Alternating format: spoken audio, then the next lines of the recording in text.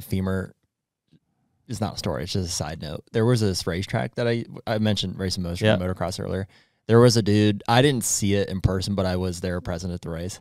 This guy came up short on a step up, just a jump, and broke his femur in half, and it stuck up and out of his leg and into his nutsack. Oh my God. Oh, talk about the two things you don't want to avoid from injury the most. Mine stayed inside the muscles. Yeah, that was a bad day. It was in a couple pieces, but it was not in my nutsack, so I feel fortunate. Dang, man. I could only imagine.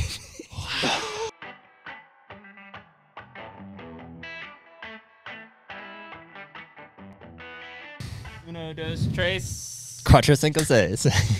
And we're back. Should I have been quieter? Sorry. No, we're back. All right, cool. We're back. I said it. We're back. Welcome. We're back in studio. Been a minute. Yeah. Well, we had to hunt, so put a lot of miles on. Is this where, I've been like trying to watch other podcasts. I watched that Rogan one the other day. I think this is where people say like, hey, if you haven't already, subscribe to this podcast. So if you haven't already, subscribe to this podcast. Yeah, please do. But if you did watch the last one on YouTube, we were in a trailer in North Dakota, which I thought turned out pretty well. Yeah, it was cool. It was different. For a road podcast. I like the headphones, man. I was missing like just how clear I can hear everything here. We were also like rode hard, put away, dry. Yeah, we were tired in that case, too. not wet, dry. Yeah, we were spent. That was a long trip. So we're back in office. It is September 16th. Yep, sounds right. Whitetail season. That's what we were just saying this morning. I was like, do you know that like Ohio opens next weekend? Not this, but next. Yeah, Kentucky's already open. Crazy. I tried to. I pushed a little too hard with the wife this past weekend. Well, we got back Friday, and then I was like, well, I'll just run up Sunday for a day at the farm, and like she needed some help, and I didn't listen to her, and I got in trouble. So you're a limited resource. That's all. Yeah, I feel valued and appreciated. It's not that, but I just would rather be hunting. On a plus side, the camera placements you made were really good. So yeah, when I had obviously when I had the Coltons out on my property yesterday, I said, the probably the most debatable thing that Jared and I have is our camera placements together. Not where, but just how high. Yeah. Yeah. How high? It's a detail. I've been trying to adapt better, but now I'm like hanging too low. Is there such a thing? It's about dragging. Yeah. I've tried to adjust because I'm normally a too high type of guy. And now I feel like I'm too low. Yeah, it's hard to know. You just got to really spend time and hang a bunch of them. And it's different. We also noted that I tend to wrap the strap up and you like to wrap it down. Well, yeah. See, well, and that's in our personality because you're a salesman and I guess that's mine, but a like a get it done, like just let's get it done, let's get it out. Yeah. And I'm like a perfectionist. I would rather spend time, or I get joy out of making sure it's done like perfect, even if it's not right, like it's to my liking. So I make sure there's no twists in any straps or anything. And I like it to be nice. I just throw her on the tree and on to the next. I can live with it. I've learned to live with it. Sure. Have it. Yeah. Just dealing with my dad has made me learn to live with it. I'm just because eventually it's just like I can't have everything the way I want it. So it's just like that's what it is. We got a lot of them out too. So. And you're paying for most of them. So what can I really say? Yeah. That's it. Yeah. Choose your battles. Yeah. I think marriage will teach you that too. I think Strauss is probably just tired of us in Illinois when we probably sat at the same camera for like 15 minutes. Like, a little this way, a little up, a little this way. This up, down. Yeah. He's like, guys, just leave it. Yeah. Get out of the way. Fine. All right, dude. Jeez, calm down. Whoa, easy. Okay. We just got here. Strauss llama, like spit in my face. Why don't you? we just got eat your food. Yeah. So Colton with the C now has the new nickname Strauss Llama, which I'm not. It was just in delirium in the Dakotas that I was just like, all right, Strauss. It had to be Llama. something because we can't have just two Coltons forever. So it's either Colty or Strauss Llama. Both of which now he's okay with, I think. Yeah, I think he likes it. Yeah, it was just like falling out of the truck. All right, Strauss Llama, we're going down this way. Yeah. I said, who's a good llama? Yeah, Bachman. We have Colorado, I guess, for Bachman, but we'll. It didn't stick. We'll see. Yeah, something will. Some of the other situations we had in Dakotas we couldn't bring up on the podcast. It's not like sit home at night thinking about it, but sometimes I do. I was thinking like Lover Boy sounds about right because he's missing all these hunting dates because his girlfriend's flying in. Mm-hmm. Lover Boy's off with his woman. Yeah, tending to doe. Mm-hmm. That'll happen. They're rutting. Well, we didn't kill a mule deer, but our guest did. At least one. That's a good way to put it. We didn't kill shit. Yeah, he had a really difficult to draw tag, like a Utah. It's like it wasn't the governor's tag, but it's like a tag for the area, right? I think it's one out of several thousand will draw the tag. Wow, that's pretty cool. Well, and the other thing is, it's like, oh, okay, we brought some guy in to kill mule deer. Like you guys have talked about this. No, like David Wise is an Olympian. We have an Olympian on this podcast. I would say he's probably more well known for skiing. Yeah, obviously in the mainstream, anyways. But yeah, he's a big hunter, and I think he's sponsored by First Light is one I know for sure, and Vortex. He's got some good partners, and yeah, he loves to hunt. I met David at a Prime Total Archery Challenge. That's right. Shoot in Snowbird. Snowbird, yep. I think he and I and Remy Warren and who's the other guy? Matzinger. Matzinger was there, but who's the solo hunter guy? Oh, Tim? Yeah, Tim Burnett. I think we were all shooting together, and I just really enjoyed David. And this is when you were wearing Sperry's on the mountain. Sperry's. Yeah, Sperry's. Spare Boys. Spare Boys on the mountain. Yep. And yeah, David and I have just kind of stayed in touch. And he's also a partner with us in Cetus and Thermic. That's right. That's one of our clients. That's right. Which is probably more adaptable to his lifestyle. But yeah, he's a big hunter. Just went on the mule deer hunt, and he's an X gamer too, right? You do X Games? Yeah. I'm like, dude, can you give me an autograph from Sean White? Nice, man. I'm sure. Well, Sean's a snowboarder, I guess. That's what I know about skiing, but yeah, he can teach us. He's on the pipe though, right? Oh, yeah, definitely on the pipe. Yeah. We'll see if we can ask. Super piping it. Yes, but no. So let's bring David Wise in, Olympian on the HUNTR Podcast. There you go. Gold medal winning, multiple time. I'm pretty sure. Holy pop. We got to ask him about that. 2-time? 2-time. There you go. See, Colty knows the stats. 2-time X game? Strauss Lama with the facts. Olympian? Oh my gosh. Here, we'll let him. It's a big deal. Reveal his credentials. Hey. Yo. Welcome. Now we are recording. Yeah, now we're recording. All right. Good to know. I won't say anything bad now. So, David, you got to clarify for us because this is kind of a big deal. First of all, kind of a big deal. You're the first Olympian on the podcast. All right. All right. Kind of an honor. That we're aware of. Yeah, I'm pretty sure I know our guests. Like, you're the only Olympian that's been on the podcast. Not to gloat about it, but like, what are some credentials in terms of Olympian and X game in your background? That's a good loaded. You got question. You got some medals to your name, right? I mean, how much time do you guys have? I could spend the whole rest of all the time. Yeah, the list is long. I'm just kidding. Yeah, so I've been on the U.S. Olympic team twice. I actually got to take part in the inaugural ski half pipe event, the first one ever, and won the gold medal there. And then I got to repeat that in Pyeongchang in 2018, and I'm trying to go 3 for 3 here in Beijing. So 2 Olympic gold medals, quite a few X Games medals along the way. I think 4 X Games golds and a couple of silvers. Wow, dude, that's awesome. And yeah, what is the X Games along event? the way? I've say that again. What is the X Games event? Is that also like a super pipe deal? Yeah. Gotcha. Yeah, everything, all of my credentials are in half pipe. I mean, way back in the day, I competed in slope style and big air, but pretty much all of my professional career has been in half pipe or super pipe. It's confusing for people. They're like, is it half pipe or is it super pipe? I mean, they're interchangeable words. Super pipes technically are 22 feet tall, whereas a half pipe is technically 18 feet tall. But we interchange the words in the sport back and forth. That's nuts. It's just pipe, some kind of pipe. Yeah, Olympic gold medalist David Wise on the podcast. Yeah, that's awesome, man. You got some injuries to show for that? To share from skiing? Yeah. Plenty. Yeah. Well, actually, I've been pretty fortunate. I've had my ACL reconstructed twice. That doesn't sound very fortunate.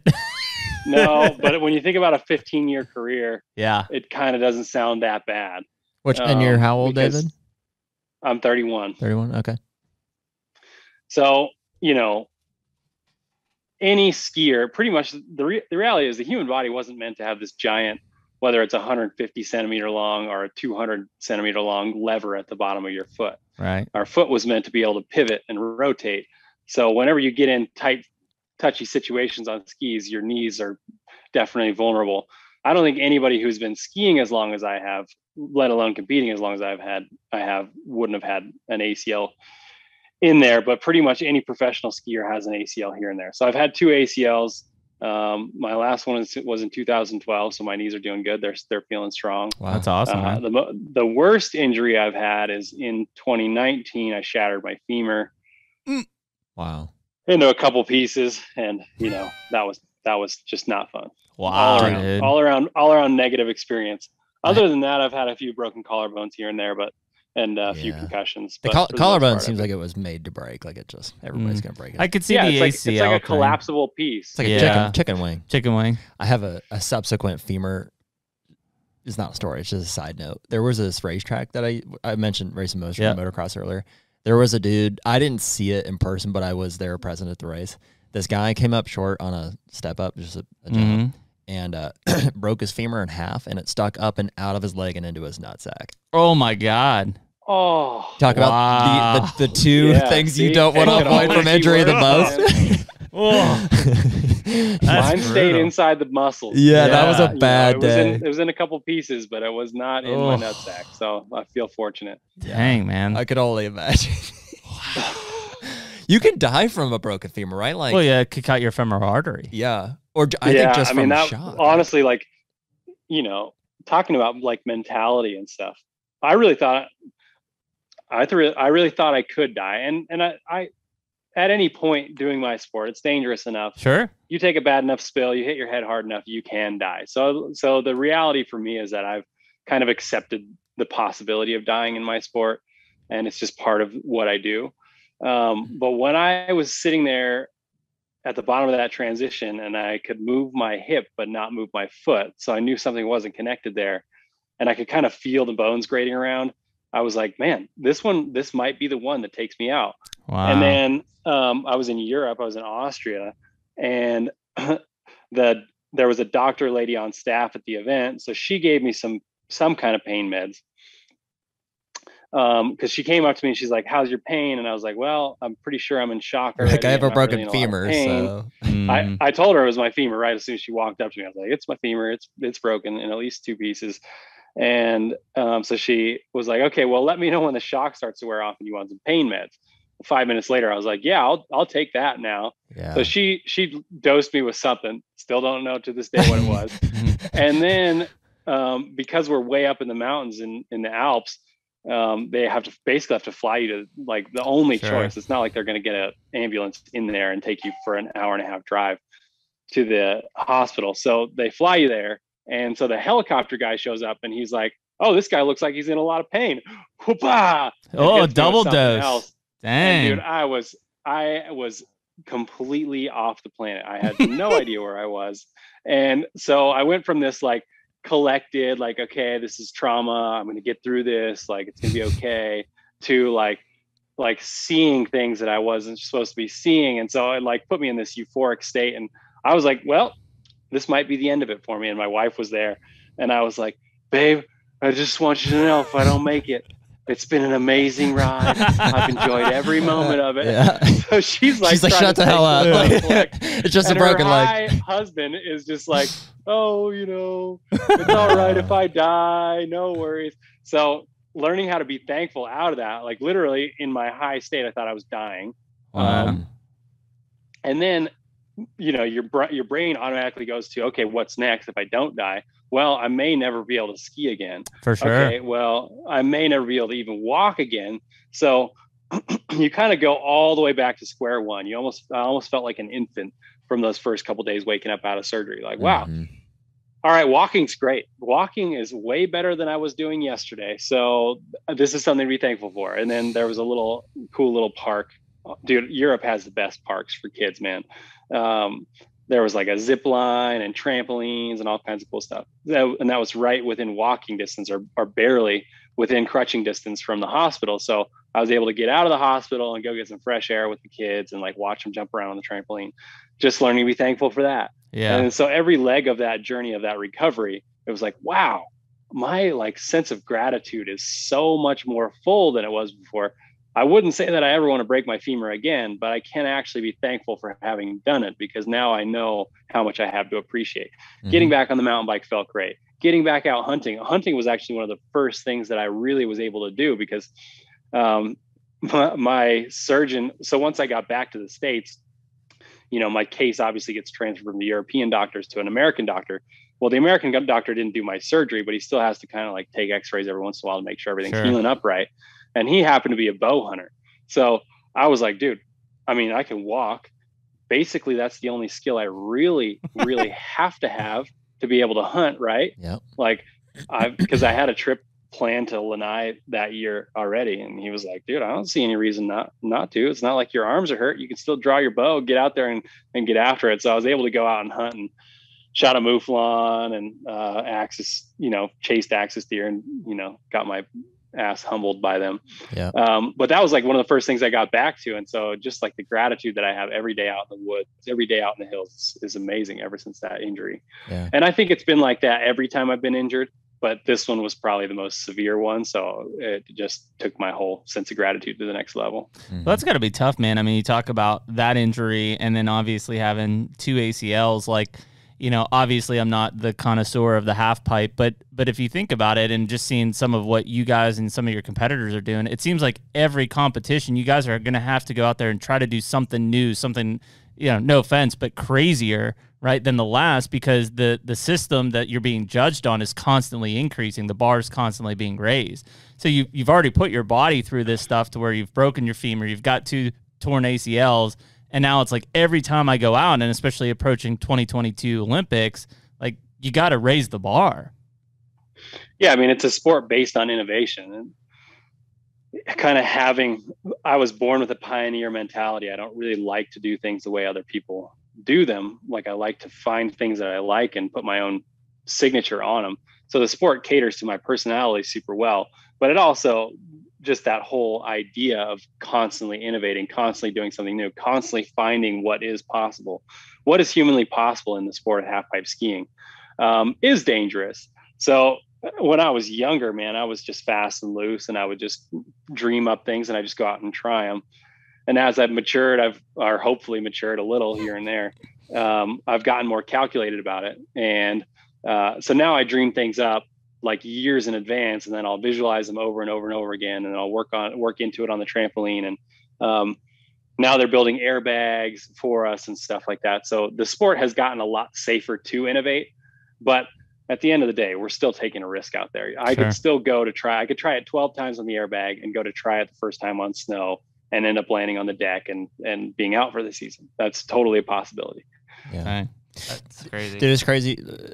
Like you said, it's based in innovation. Just any kind of like a freestyle event. And obviously I'm a little more familiar with like the freestyle motocross and stuff. But like, dude, I've often thought like even 5-10 years ago, like watching those guys and now David keeping up like with your ski career and stuff, it's like I don't understand like how like what could possibly come next, because like and the dirt bike realm, I mean, you've got guys like literally like their bikes are doing like a full backflip while they're doing like a corkscrew in the other direction. It's like it's where do you go from here? And I imagine it's probably kind of the same in your head with skiing. Yeah, I mean it's we're doing things now that I, as a 15, 16, 17-year-old would have never seen. And it's weird to hear me say that because a lot of the tricks that we're doing are things that I innovated. But you kind of get to the point where you realize, wow, the limitations that we have are only in our heads, because there's a trick that I thought we would never do, but I watched him do it and he just absolutely laced it and it looks like it works well. I feel like I could probably do that too. So then I see that and then I innovate something else and he watches me do that and he's like, well, if Dave can do it, I can do it. Yeah. And so the par just becomes the level of par just becomes higher and higher and higher to where, you essentially the tricks that we're doing, the tricks that I did to win the Olympics in 2014 are now like stock tricks.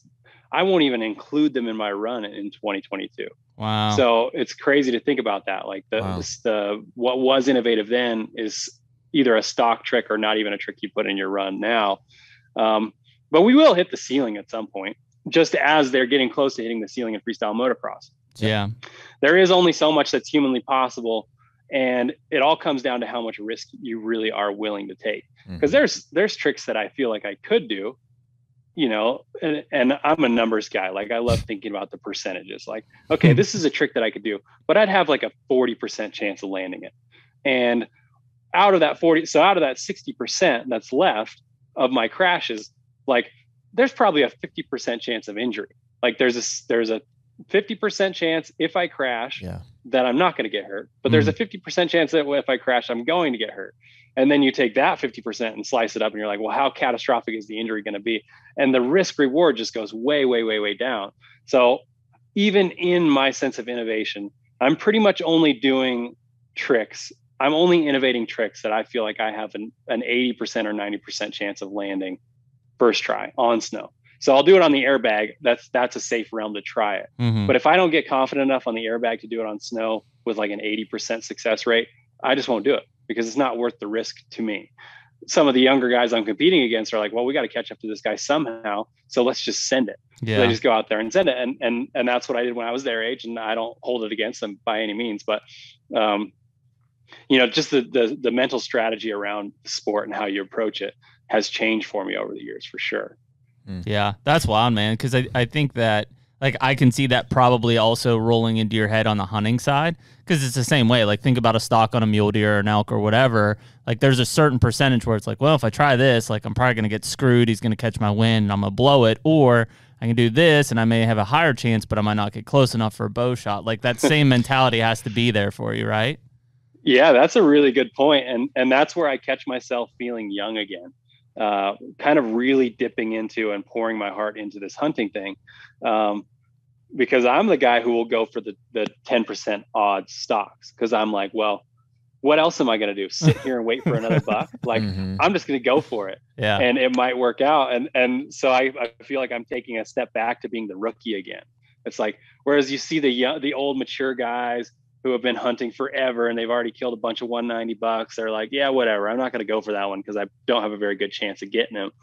I'll just sit here and keep glassing and wait for another opportunity. I'm like, dude, I'm hungry. Yeah, I'm going. I'm still. At least the chances of injury in hunting is typically lower. Yeah, it's just broken hearts. I don't have to fly 40 feet in the air to like shoot I mean, I do, but I'm safety harness at least. Yeah, so. the failure is just frustration and, you know, a little extra hiking. But I'm always hunting in the like training season anyway. So I'm like, well, worst comes to worst, I hike up over that ridge and blow that buck out, and I got a nice walk in. Yeah, right. I think so your comment about like calculating percentages and stuff is, I think it certainly would apply in a spot and stock situation, and probably more for David in a ski situation, and like in the moment thing where you're, I don't know if this ever happens, but if you're like mid pipe here and you're like, I'm going for it, like I'm going to decide to do that. Like, I know that on a stock, like even this past week here, like I was like, dude, we got to go. Like, we got to go now. Yeah. Like, boots are already off. Like, do I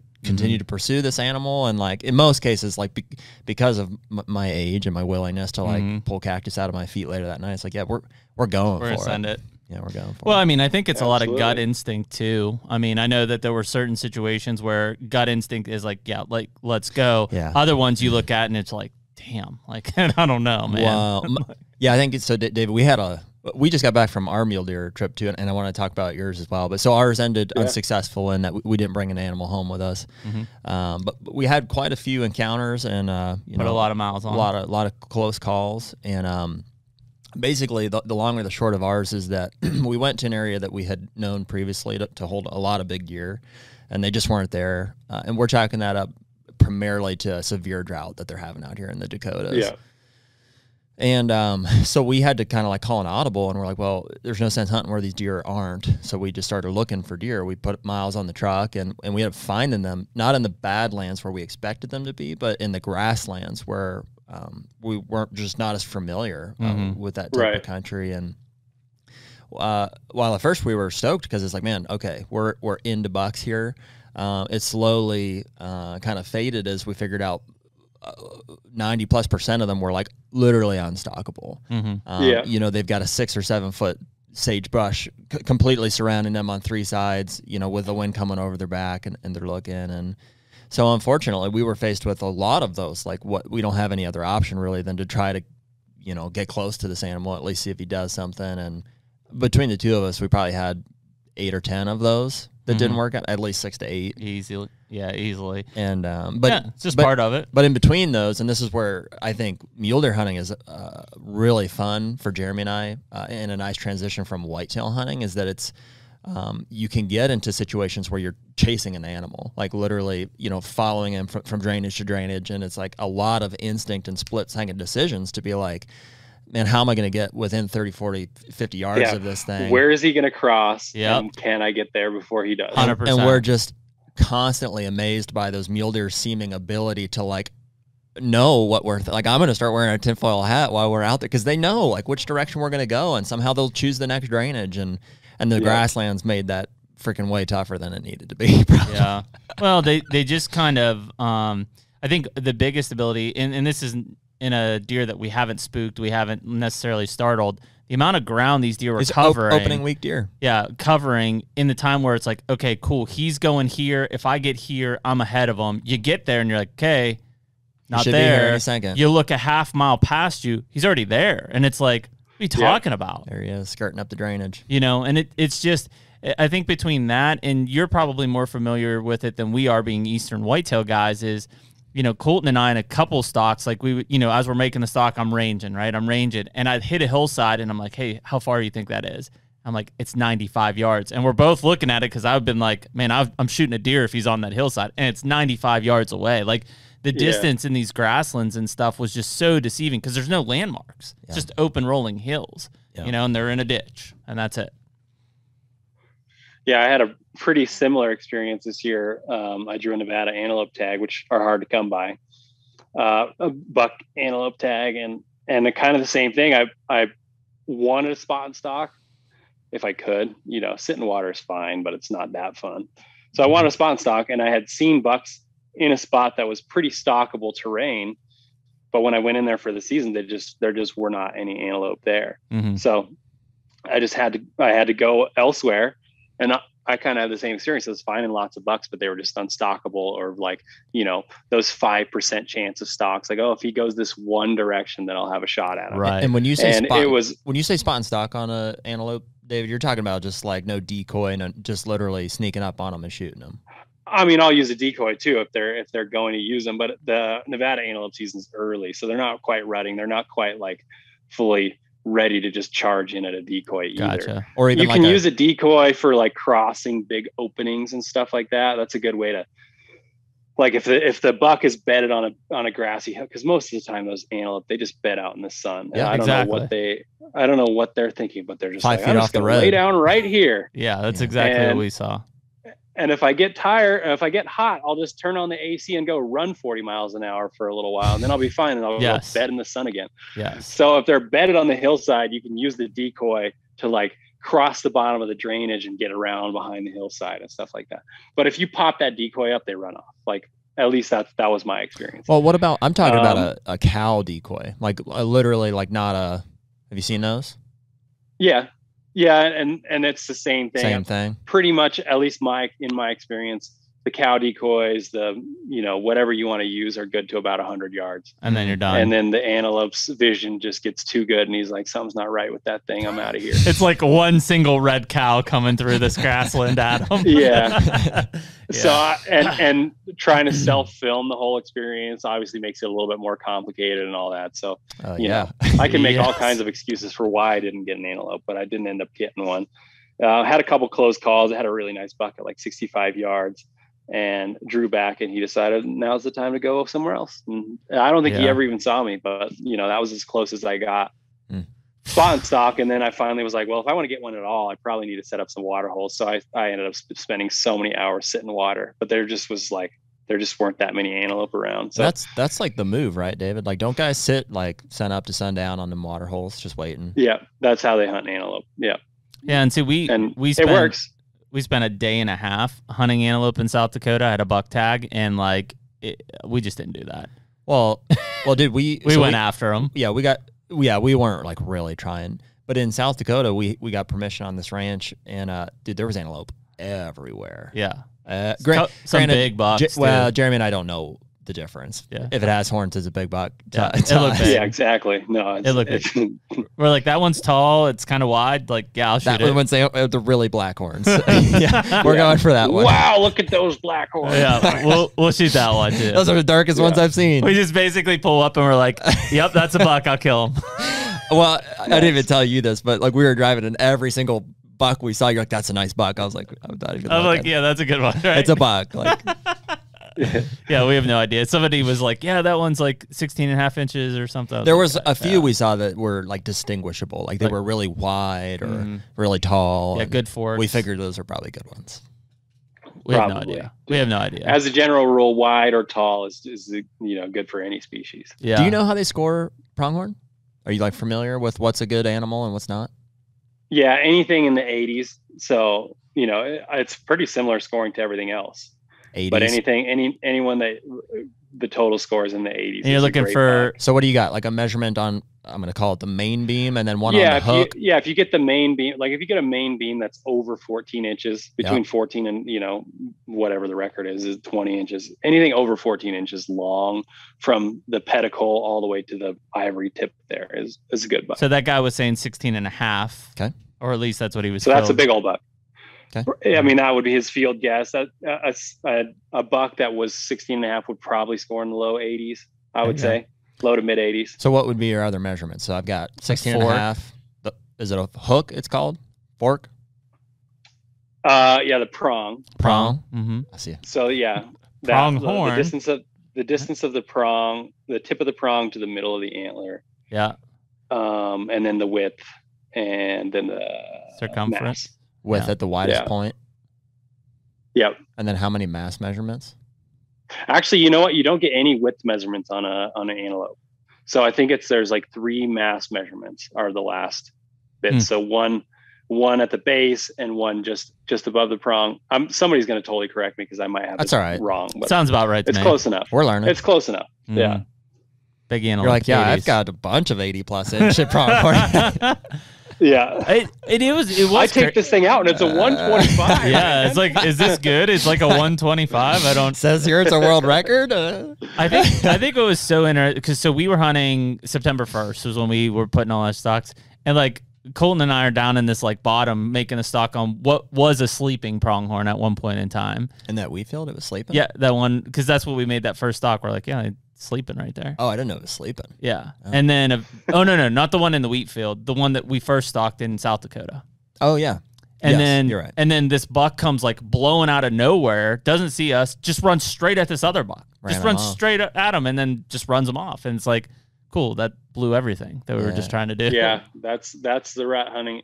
The thing about hunting antelope too is you use a lot of the same strategies that you do mule deer hunting, but you have to turn the volume to 11. Like you have to stalk effectively and quickly because we didn't do that.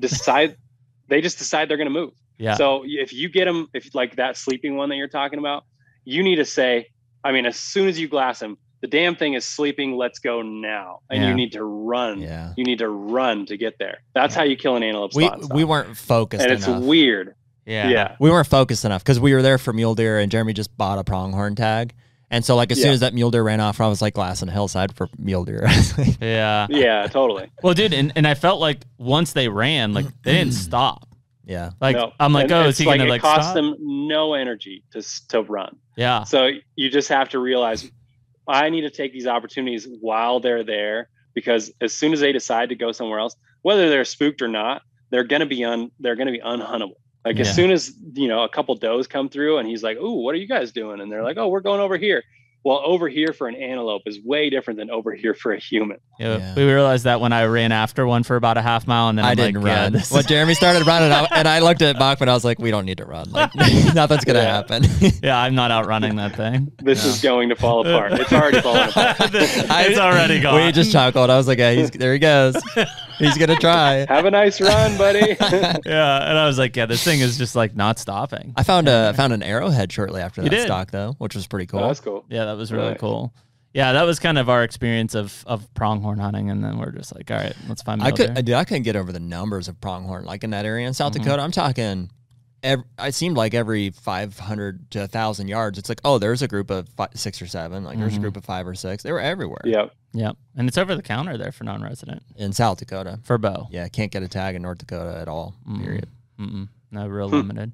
We did see, again, what seemed like good bucks there. I don't know. Yeah, we saw bucks. Yeah. That one? So David, you then you went from there to what, Utah for mule deer? So I did kind of an antelope sandwich. I went out for opening day. Yeah. And then came back, changed gear a little bit, and went out for Nevada mule deer. Had a Nevada muley tag as well. Okay. And hunted that with my old man. Destroyed my truck, broke the differential, rear differential in my truck about 6 miles away from the closest place you could get a trailer. So that hunt turned into a little bit of a comedy episode more than like a real hunt. Is that the same truck you were driving in Utah like all them years ago? Not that one. Nope. Different one. Okay. Yeah, I have like a 1999 Chevy Tahoe that I bought for my I pretty much bought it for my kids when they like are old enough to drive, because my daughter's already 10.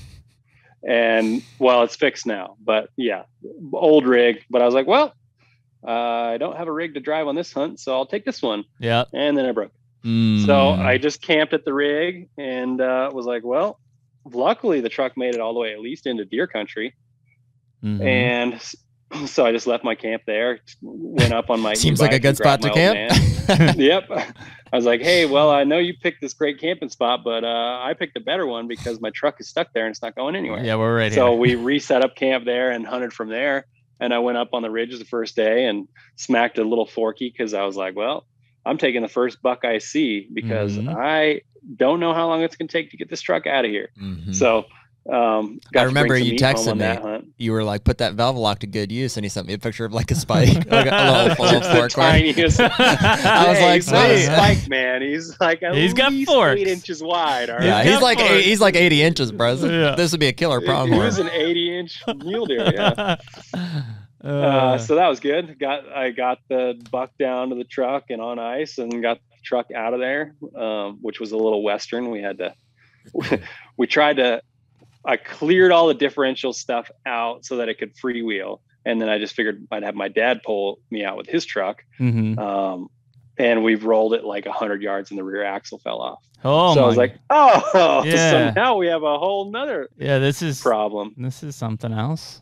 So basically we had to pin the axle back on with baling wire and whatever else we could find. And we got it out of there. Wow, that's impressive. Come out and rescue me with his trailer and got it back to town.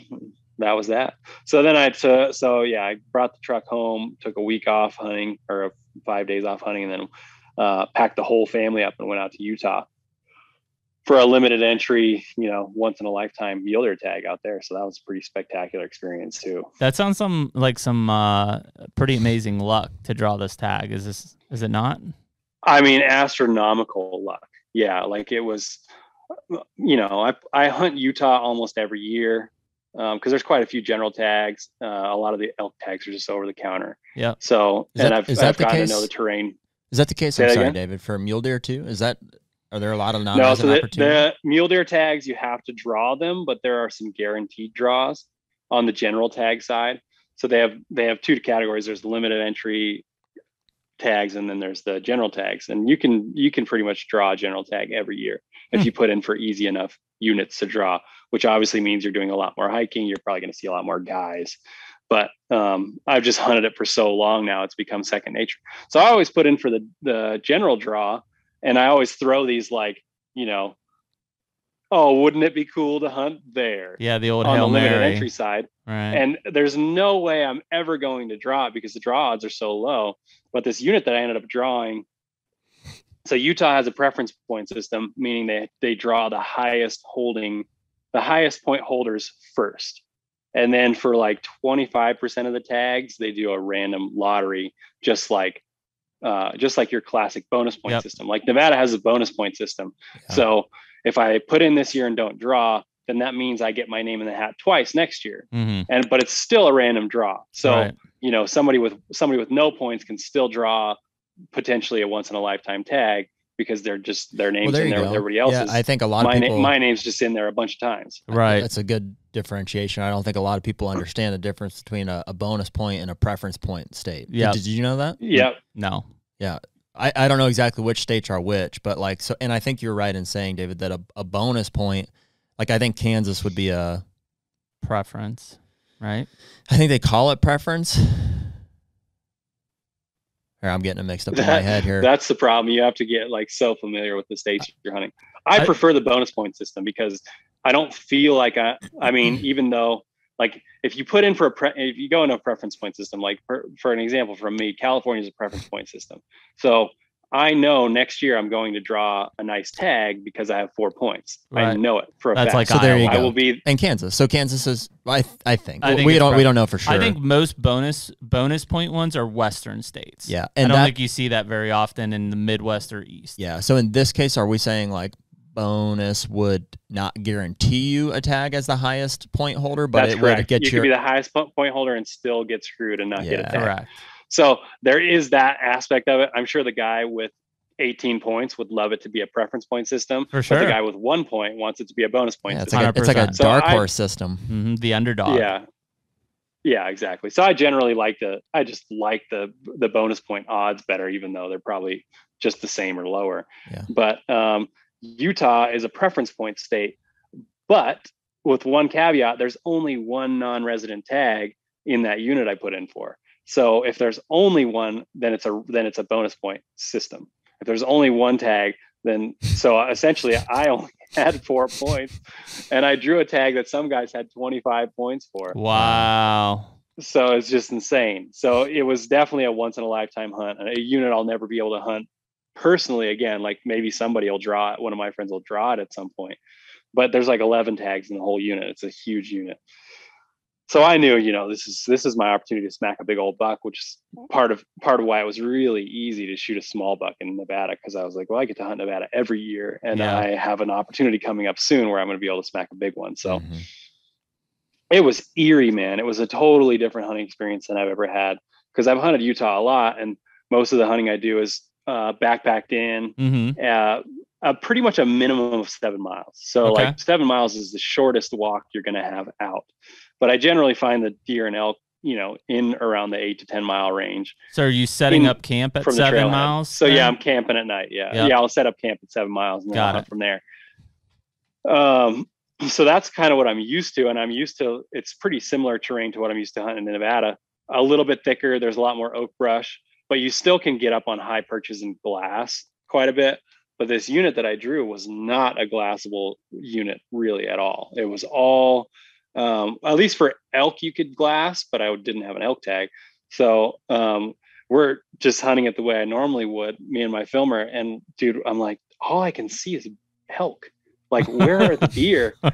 And so we started driving around a little bit more, kind of like you guys did on your South Dakota hunt, where you're like, well, we're not seeing them here. We better go somewhere else. Yeah. And we started to realize it's really steep country there on the edges, but then there's these big flat plateaus that are at like 8,500 feet, which is prime mule deer elevation this time of year. And just these huge ponderosa pine glades. And so you can kind of glass through it, but you can only glass like 200 to 300 yards at a time. And just the deer, that's where the deer were. They were all in there on these flat plateaus. They would probably bed in the steep stuff at night, but during daylight hours, we're only seeing deer up on the plateaus. Wow. And ironically, the best way to hunt them was from the car. So we nicknamed the truck the roving ground blind. Nice. Because we were like, well, we're just going to take the roving ground blind out for a rip. And we would just drive around and stop and glass and drive again and stop and glass. And we were seeing so many bucks, man. It was insane. It really felt like a safari. Wow. Like, especially because I knew I wanted to shoot a big buck. So anything under 160, I wasn't even looking at from like how could I stalk this mentality. I was like, oh, let's just watch this deer. This is super cool. Wow. So it was super fun. That's awesome, man. Because we spent quite a bit of time hiking around too, but it was like, we'd hike around for 2 hours and we'd see like 5 deer, and we'd drive around for 2 hours and we'd see 30. I was like, this is actually, we're actually wasting time. It sounds weird, but we're actually wasting time on foot here. We need to drive around more and hunt this. So once we switched our strategy to that, like on day 3, I was like, dude, this is a perfect opportunity for me to teach my kids how to hunt, because they can't keep up with me hiking and they don't really even want to. Right. But if we're driving around looking at deer, they're going to love it. So I would take my son in the evenings and I would take my daughter in the mornings, and we would just go out and look at deer. And both kids had opportunities where they saw a deer first before anybody else saw it. And it was just super rewarding. Both kids, I think, came home from that trip like with a hunger to go hunting. There you go. You know, rather than, oh, hunting's just something daddy does and we love to eat the meat that he brings home, but you know, it's something we're unfamiliar with. They actually got some familiarity with it. So when we finally did find the buck that I wanted to shoot, my daughter was with me because it was in the morning, and it was like one of those things where the heavens open up and it was like perfect stalking opportunity. Normally I would leave the filmer 150 yards back and do the stalk solo, because, you know, the old adage goes, 2 people on a stalk is 1 too many. Yeah. But this opportunity was so good. I was like, I think we can get all 3 of us right in there. And we stalked in on this deer. He was in a pretty thick little patch of trees and feeding. So his antlers were big enough and wide enough that I could see the antlers when his head was down, sticking out from behind the tree.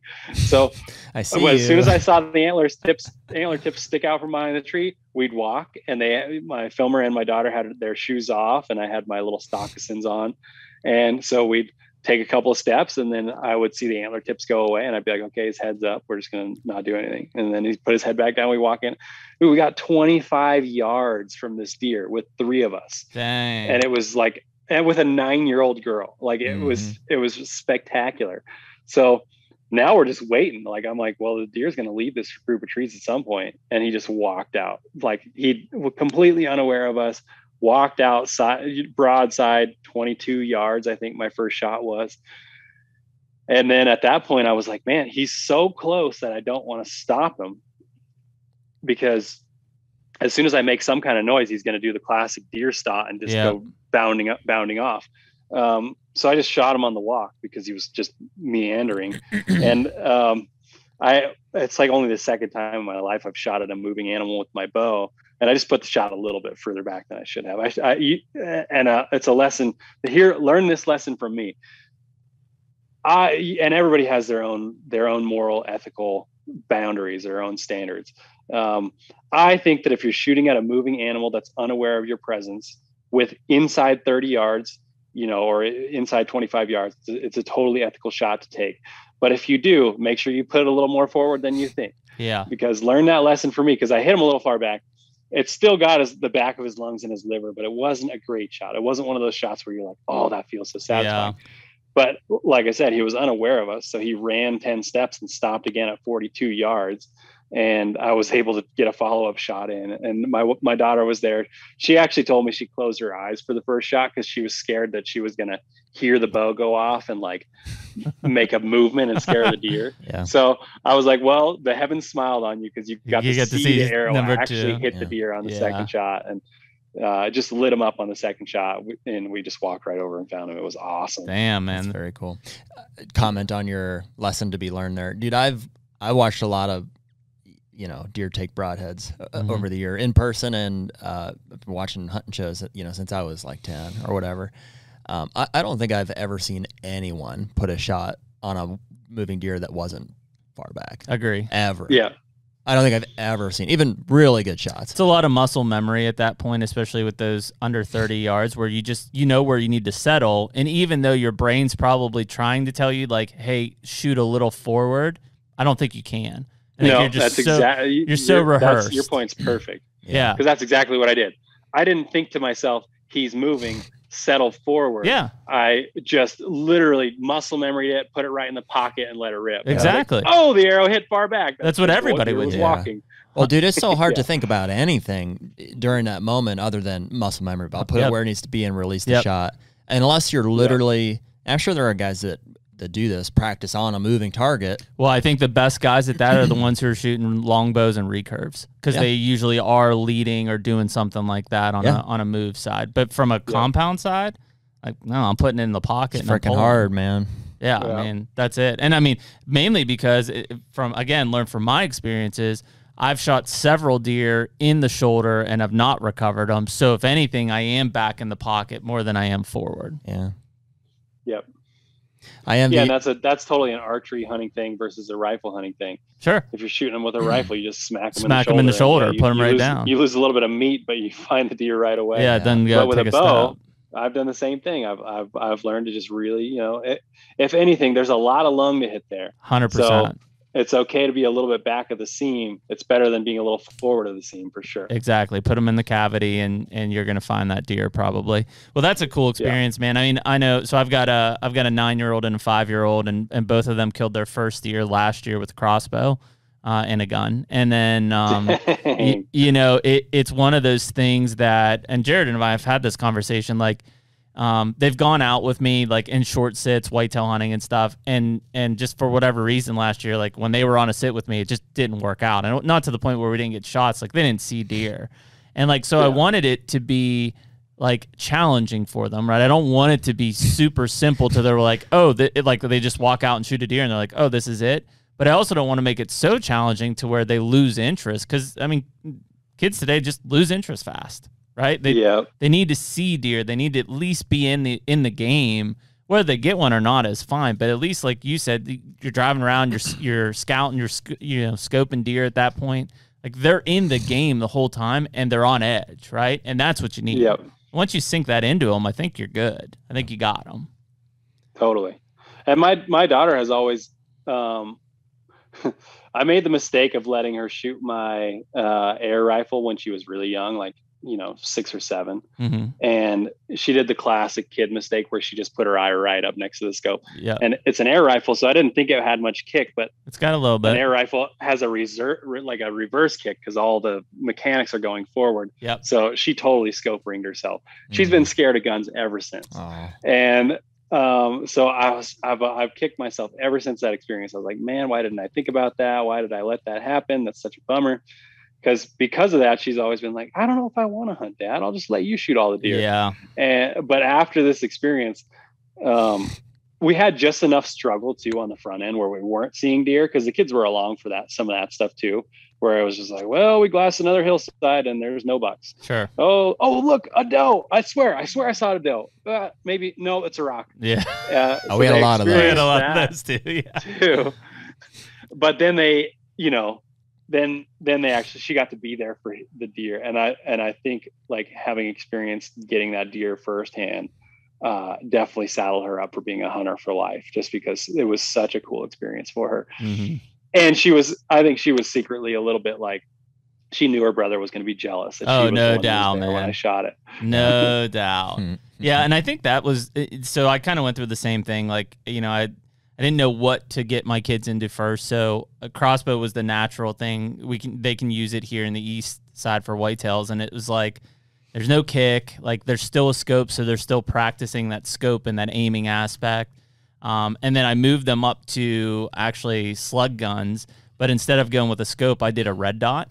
So I limited their distance, right? It was basically, listen, if that deer's not within 40, 50 yards, like you're not shooting them, and then also there's no chance they're getting scope by, right? It's a red dot. Yeah. And now we're progressing to an actual scope on a gun. So it's just babysit. And still my 5-year-old won't, like he's not big enough yet to hold that recoil. So he'll stay at, a crossbow and a red dot. And then my 9-year-old will probably be able to shoot the scope. But yeah, it's a hard thing. Cause I remember when my dad was like, yeah, here's a rifle, like go knock yourself out, like he didn't know any better, you just let it wail away. But yeah, it's hard to try to now having the mentor hunting and things like that where kids can be 5, 6, 7 years old.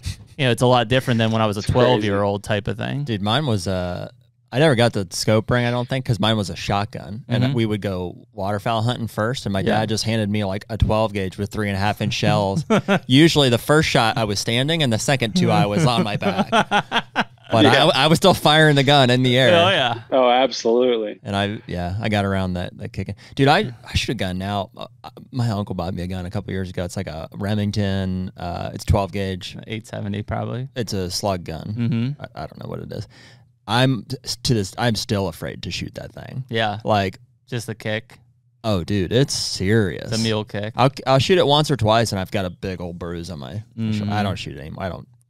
I shot Alexandra and my wife drew a muzzleloader tag last year, which was totally my fault. Like she's not into guns at all. She's not into hunting at all. But you don't want that tag? I'll take that. She was like, I was like, babe, the good news is you drew a bull elk tag, which is like a really big deal. The bad news is I think I clicked the wrong weapon on the application, so you got to do it with a muzzleloader. So pretty much I'd never shot a muzzleloader either, so I taught myself how to shoot a muzzleloader so that I could then teach her how to shoot a muzzleloader. And man, them things kick hard. Oh, they do, man. Yeah. Would she have done it with a bow? You said she's not much of a hunter anyways. Would she have preferred archery? I think so. Yeah. I mean, we would have we ended up eating tag soup anyway, so we would have eaten the same amount of tag soup. Sure. If she had been carrying a bow around, but it's not like, if you draw a rifle tag, then you can hunt it with a bow or with a muzzleloader.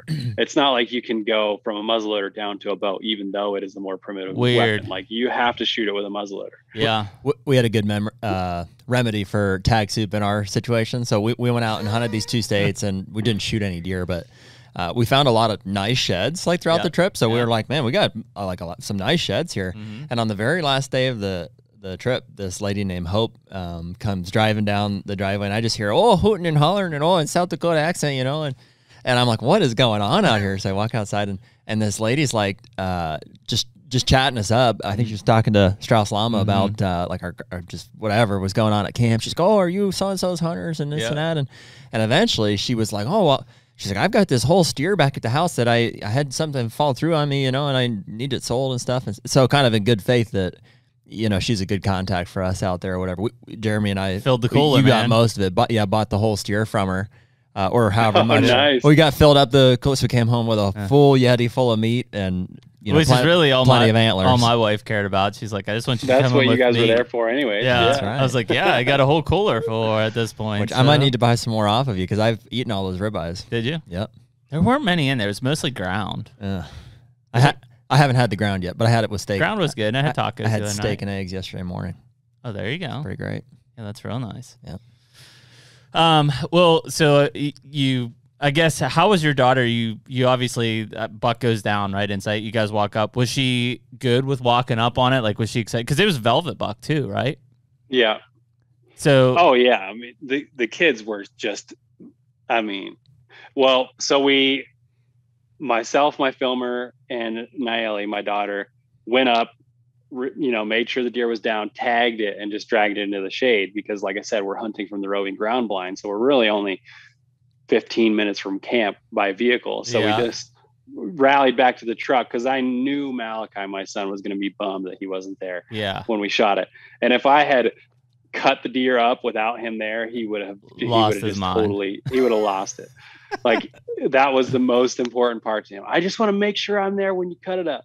So, I mean, we were doing homeschooling. We actually put the kids back in public school recently, but for that first part of the year, we were doing homeschooling. So, the science aspect of that was so cool to them. Oh yeah. Like, oh, whoa, that's the liver. Oh, those are the lungs. Oh, look, there's Daddy's broadhead hole right there. Oh, wow, that's how. So yeah, they were so fired up about the whole experience.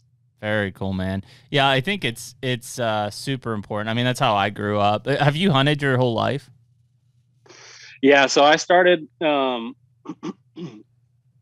old man just decided when my sisters were getting towards the age getting to be almost 12 when they could have a hunting license and deer tags and stuff.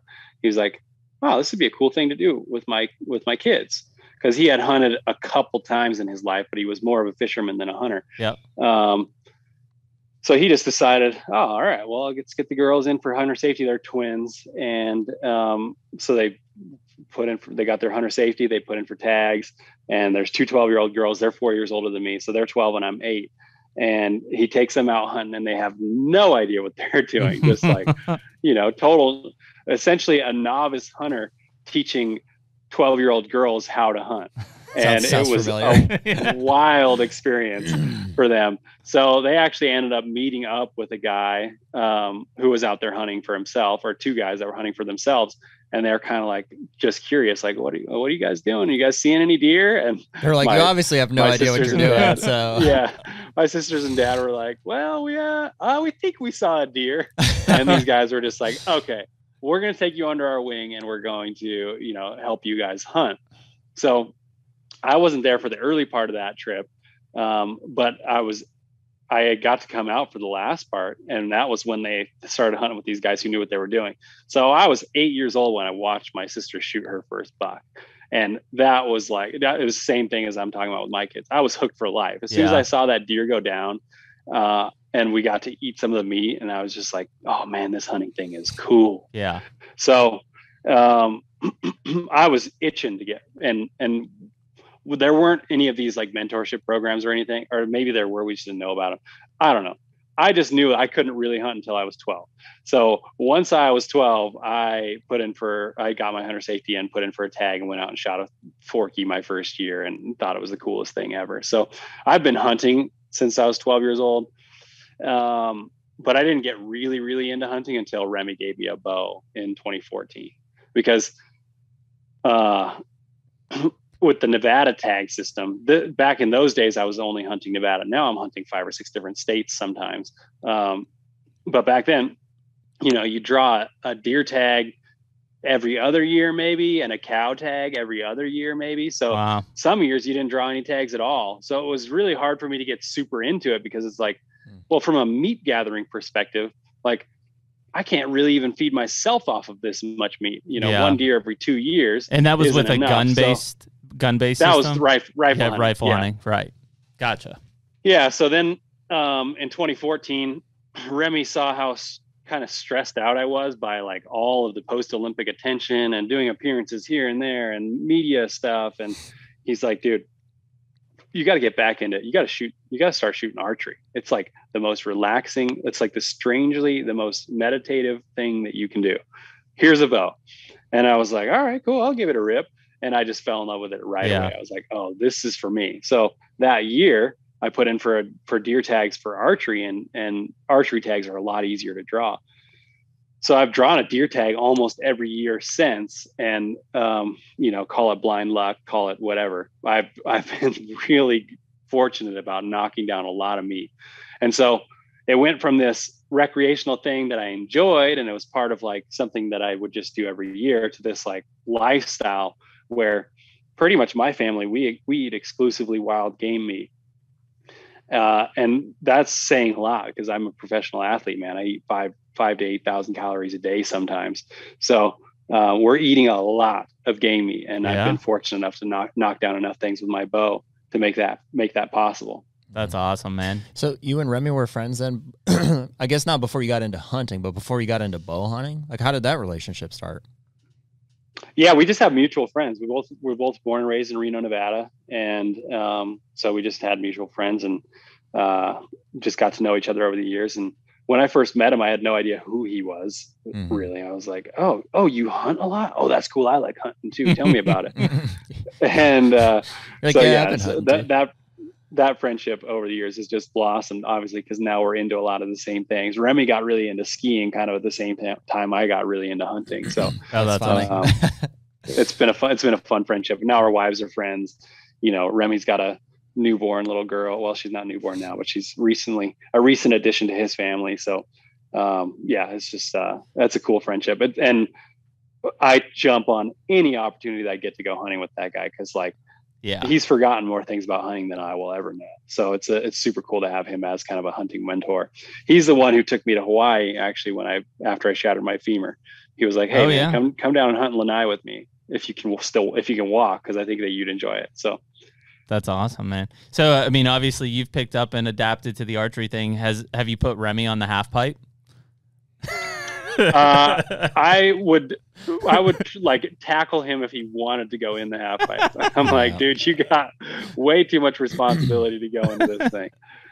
That's funny. I think it is kind of weird. I mean, like I grew up, I bow hunted probably when I was 13 and done a lot of gun hunting, but like and again, Jared and I talk about it. It's not like we knock the like gun hunting or anything. Like I still do it. I still do it with my kids. But like, there's just something about the bow hunting aspect that's just like, man, it's just like in your blood at some point. You know what? Real quick too, I think that out west, like it's a different opportunity because like even though I say restricted, but even though you're using a firearm, like you can still go shoot like a bull elk or you know, a mule deer. There's all these different species, and so there is variety. Whereas out here, like it's essentially whitetail. Is the primary big game animal, and so it's like it's either gun or bow, and it's pretty straightforward. Here's your season dates. But out west, you know, there's a lot more species and a lot more opportunities to kind of like try your hand out with a rifle, but you know, before maybe reaching that point where you're like, I want to get within 20 yards of something with a bow. Mm-hmm. Yeah, that's true. And I think I pretty much went, as soon as I started bow hunting, I was like exclusively a bow hunter for a couple of years.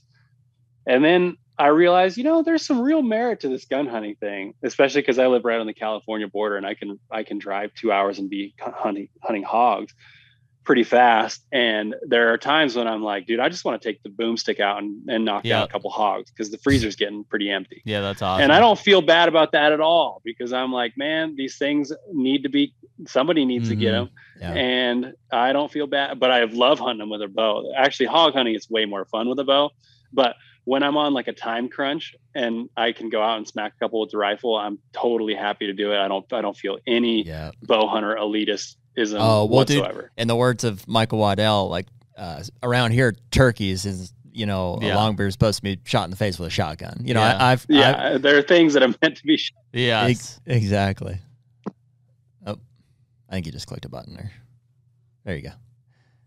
Yeah, and so for me, turkeys are one of them. Don't feel bad at all about shooting them with a shotgun. In the face. Yeah. Well, I think it's interesting kind of on your side, David, because obviously it's very clear that you've kind of adapted this sustainable eating lifestyle and wild game, but like in the same breath, like there's probably certain situations like in Utah, like you still want to kill a big buck.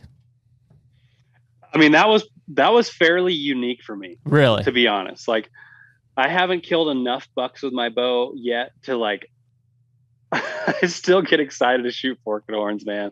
It's like, I don't know, as you guys know, public land, open country, spot and stock hunting is so hard. Yep. Yeah. I hunt Nevada pretty much every year. Mm-hmm. As a resident with a bow, there are certain areas that I can apply for that are a guaranteed draw. Mm-hmm. So I know I'm going to hunt mule deer at least once a year, and I'll hold out for like a 4x4 or better for the first 3 days. And then my ratio it just drops off a cliff. I'm like, I do not want to go home empty handed. Yeah. So pretty much it goes from like 4x4 or better to like 3x3 or better. And then I'm like, whatever, anything with antlers, because I'm still, at the end of the day, I still am training for the Olympics. Yeah. So I don't have that much time to hunt. Yeah. And I'm primarily a meat hunter. So I really, really appreciated that unique opportunity in Utah because I pretty much put the bulk of my availability for hunting season on that hunt because I knew I didn't want to be time crunched. I didn't want to feel stressed. I wanted to have the chance to shoot a big old buck because it was a once in a lifetime opportunity. So I did. I just approached it differently. Mm-hmm. I was like excited to just watch big bucks that I would normally shoot in Nevada and be totally stoked about.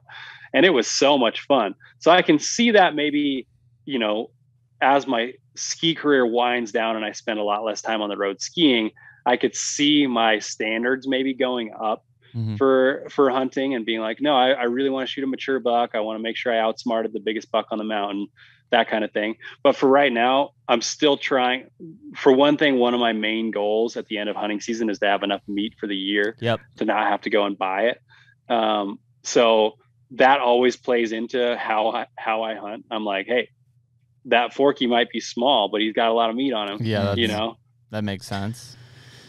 We talk about this a lot on the podcast, like why standards come into play and the different reasons that people hunt. I think that, like, for me anyways, it seems so tied to, like, in a lot of cases, who was like our inspiration for getting into hunting and who kind of like led us into. And so for me, like I've said, it's my uncle played a big part in that. And like he always had just the mindset of like I'm fine if I don't shoot one. There's no problem there. Like he's like, I don't really like to eat them that much. It's fine. He's like, I'm in it because I want to shoot. I want to outsmart a big buck, and that was like his purpose in getting into hunting. Right. And I think that I would assume that whoever gets you into hunting plays a big role in like why and how you set your standards. But I think mine has been complemented by a distaste for seeing people. Not that there's anything wrong with changing your standards, but people saying that is their goal and then doing the opposite. You know, it's like, I'm going to hold out for a big buck. And then the next, 10 minutes later, they just shot like a 2-year-old or whatever.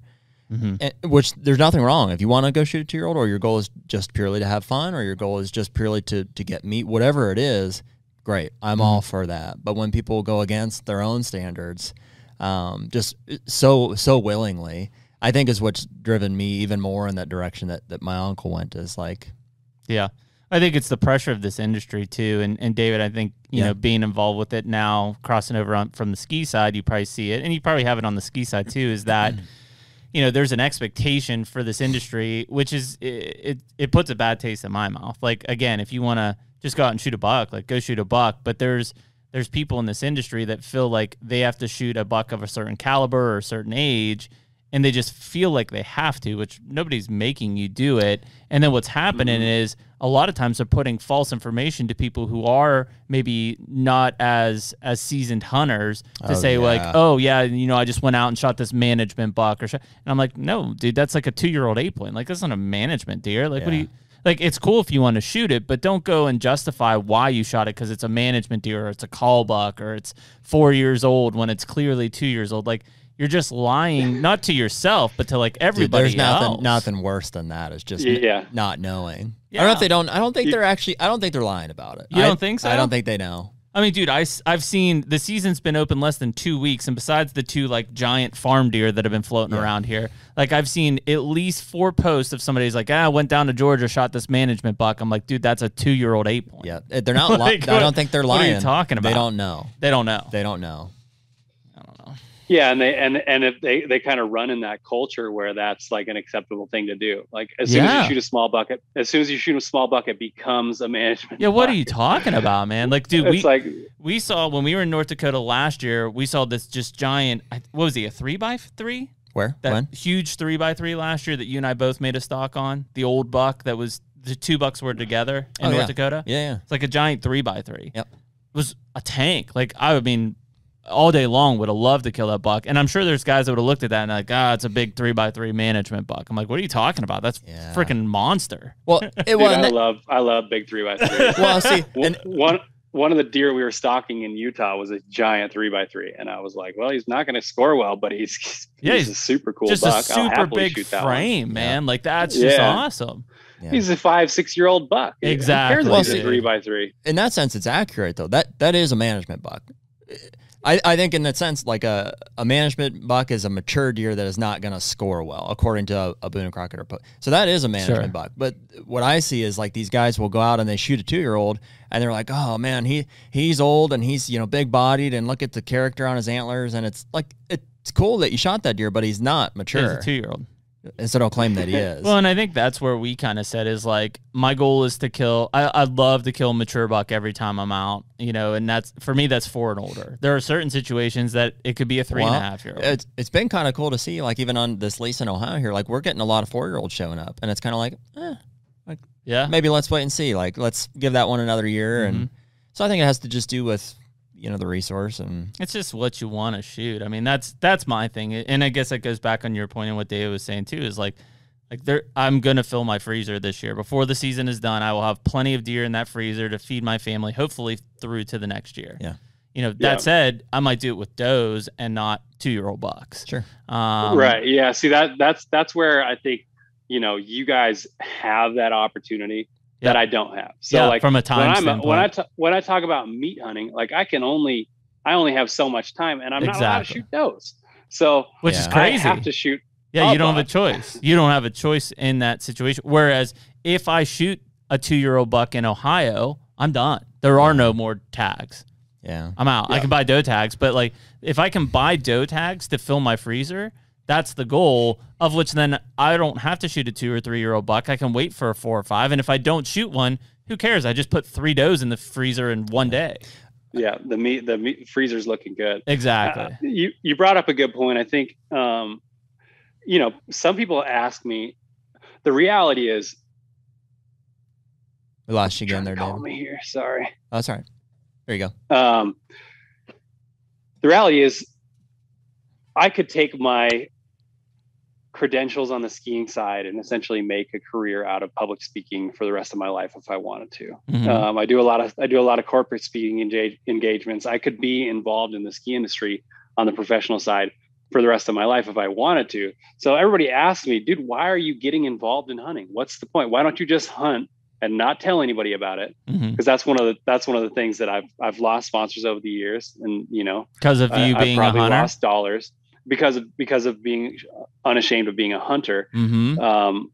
And so a lot of people ask me, why are you doing that? And the reality is, for me, I feel like that's a place that that's like a sort of a hole. I don't know if it's a hole in the industry, but it's a place in the industry that I feel like I can,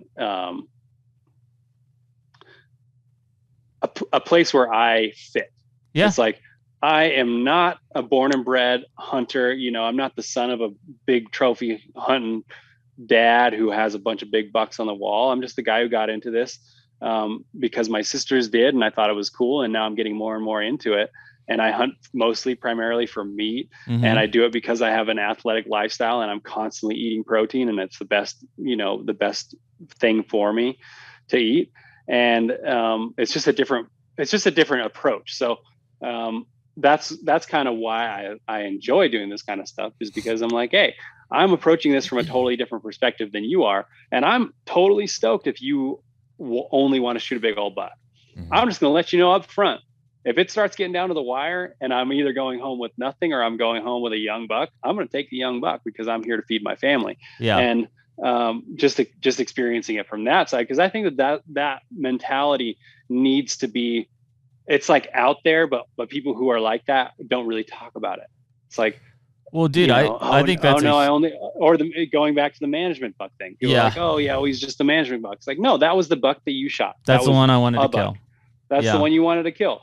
Own it. Just be honest about it. You know. Well, I think it's an interesting point because you talk there about, you know, the sponsorship side on ski. I mean, let's be very transparent.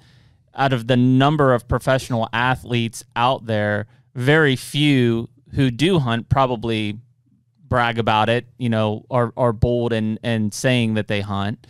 And most of them, or have a presence in the industry, which I think, and most of them don't, right? Most of them may hunt or have a hunting background, and they either don't do it anymore because of fear of, you know, isolation from mainstream sponsors or media or however it might be. So like, and again, not pinpointing that industry, but if you look at probably the ski snow industry, right? Like I would say that it's probably one that is very sensitive to the hunting lifestyle. And there's a lot of closet hunters in that industry. Interesting. That's what I was going to ask. It's a perfect crossover industry. We love to spend time outside. Look at the big mountain and touring side of things. Sure. Right. These guys look at lines. They're like, and they'll scout in the summer, kind of the same way we do in the winter. They're like, oh, that's a great spot for me to be skiing next year. How do I access it? And where could I put my skins on and tour up from? And so it's a perfect crossover. You're already pretty aerobically fit, and you already know how to navigate in the backcountry. You know how to deal with emergencies in the backcountry, especially if you're avalanche aware, and being like having that savvy to be able to go way deep into the wilderness, further than anybody else is going to go, definitely increases your odds of being successful as a hunter. So it's an amazing crossover, but it's something that I don't see as much crossover as I think there should be, especially in places like Utah and Idaho and Nevada, where it's like, man, when it's not hunting season, it is skiing season. Like there's no reason that these outdoor loving people shouldn't cross over.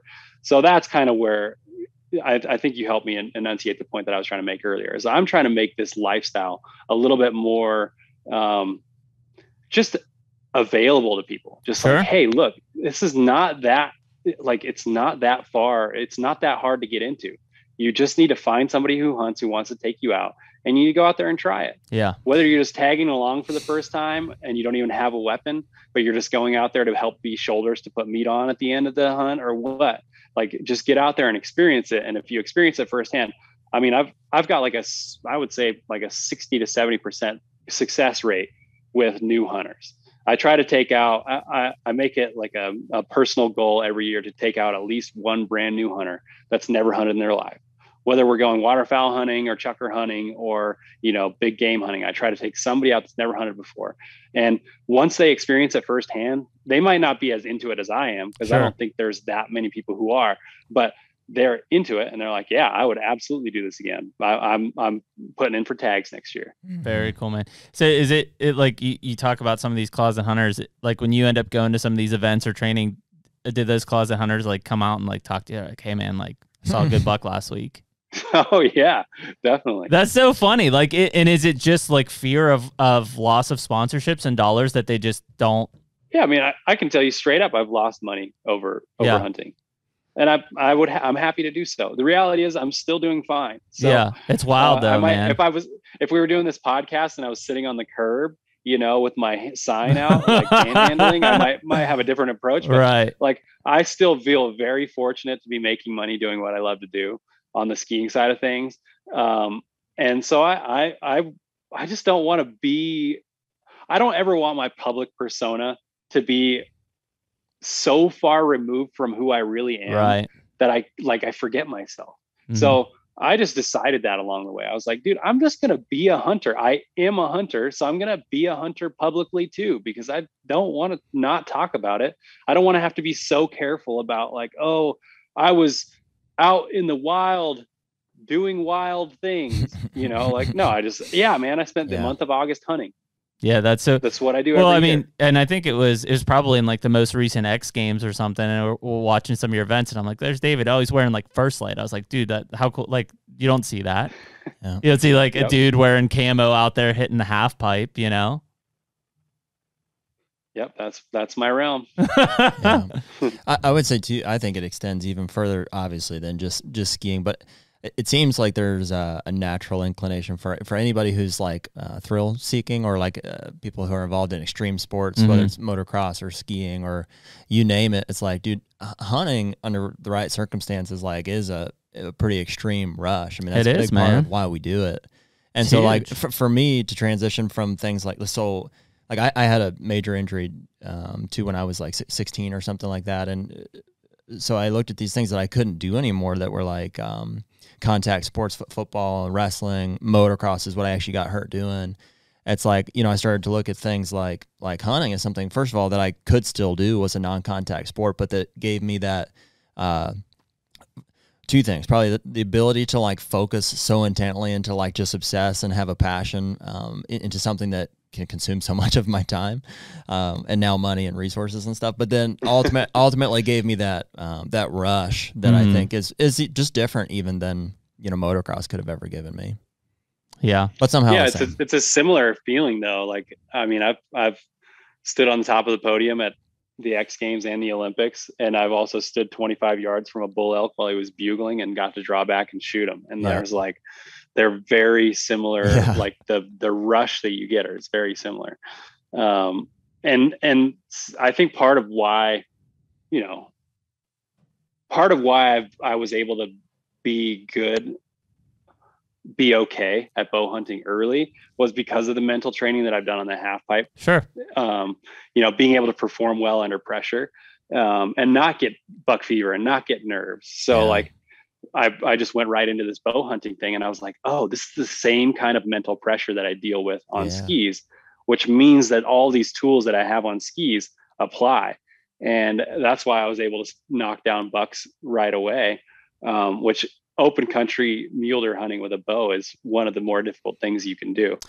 Almost as difficult as open country antelope hunting. Holy moly. Yeah. Dude, that is one of the coolest things about hunting that I enjoy personally, is like, dude, it requires mental toughness. For sure. Not just endurance, but the ability to perform under pressure. Maybe as we're honing in on this thing that relates to to extreme sports here and stuff. But like, dude, that's what I love about it. It's an excuse for me to like push myself in the gym and just in my diet and the way that I just treat my body throughout.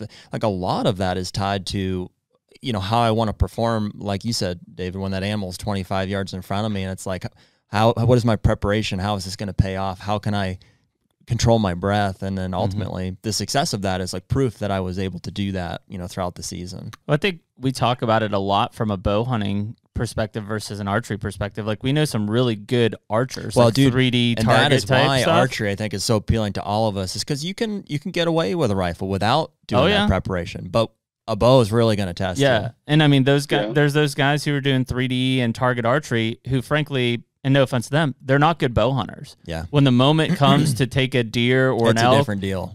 They panic, they break down versus a static target that they can shoot all day long, way better than I can. But in that pressure situation, they'll blow it. Yep. Yeah. It's a long game versus like the long game, short game thing is what I love so much about hunting. It's like, you have to have this like, and it's the same thing I do with skiing, right? Like I'm preparing for the Olympics in 2022, which means that pretty much since I did my last run in 2018, I've had a mental strategy for tricks that I wanted to do in 2022.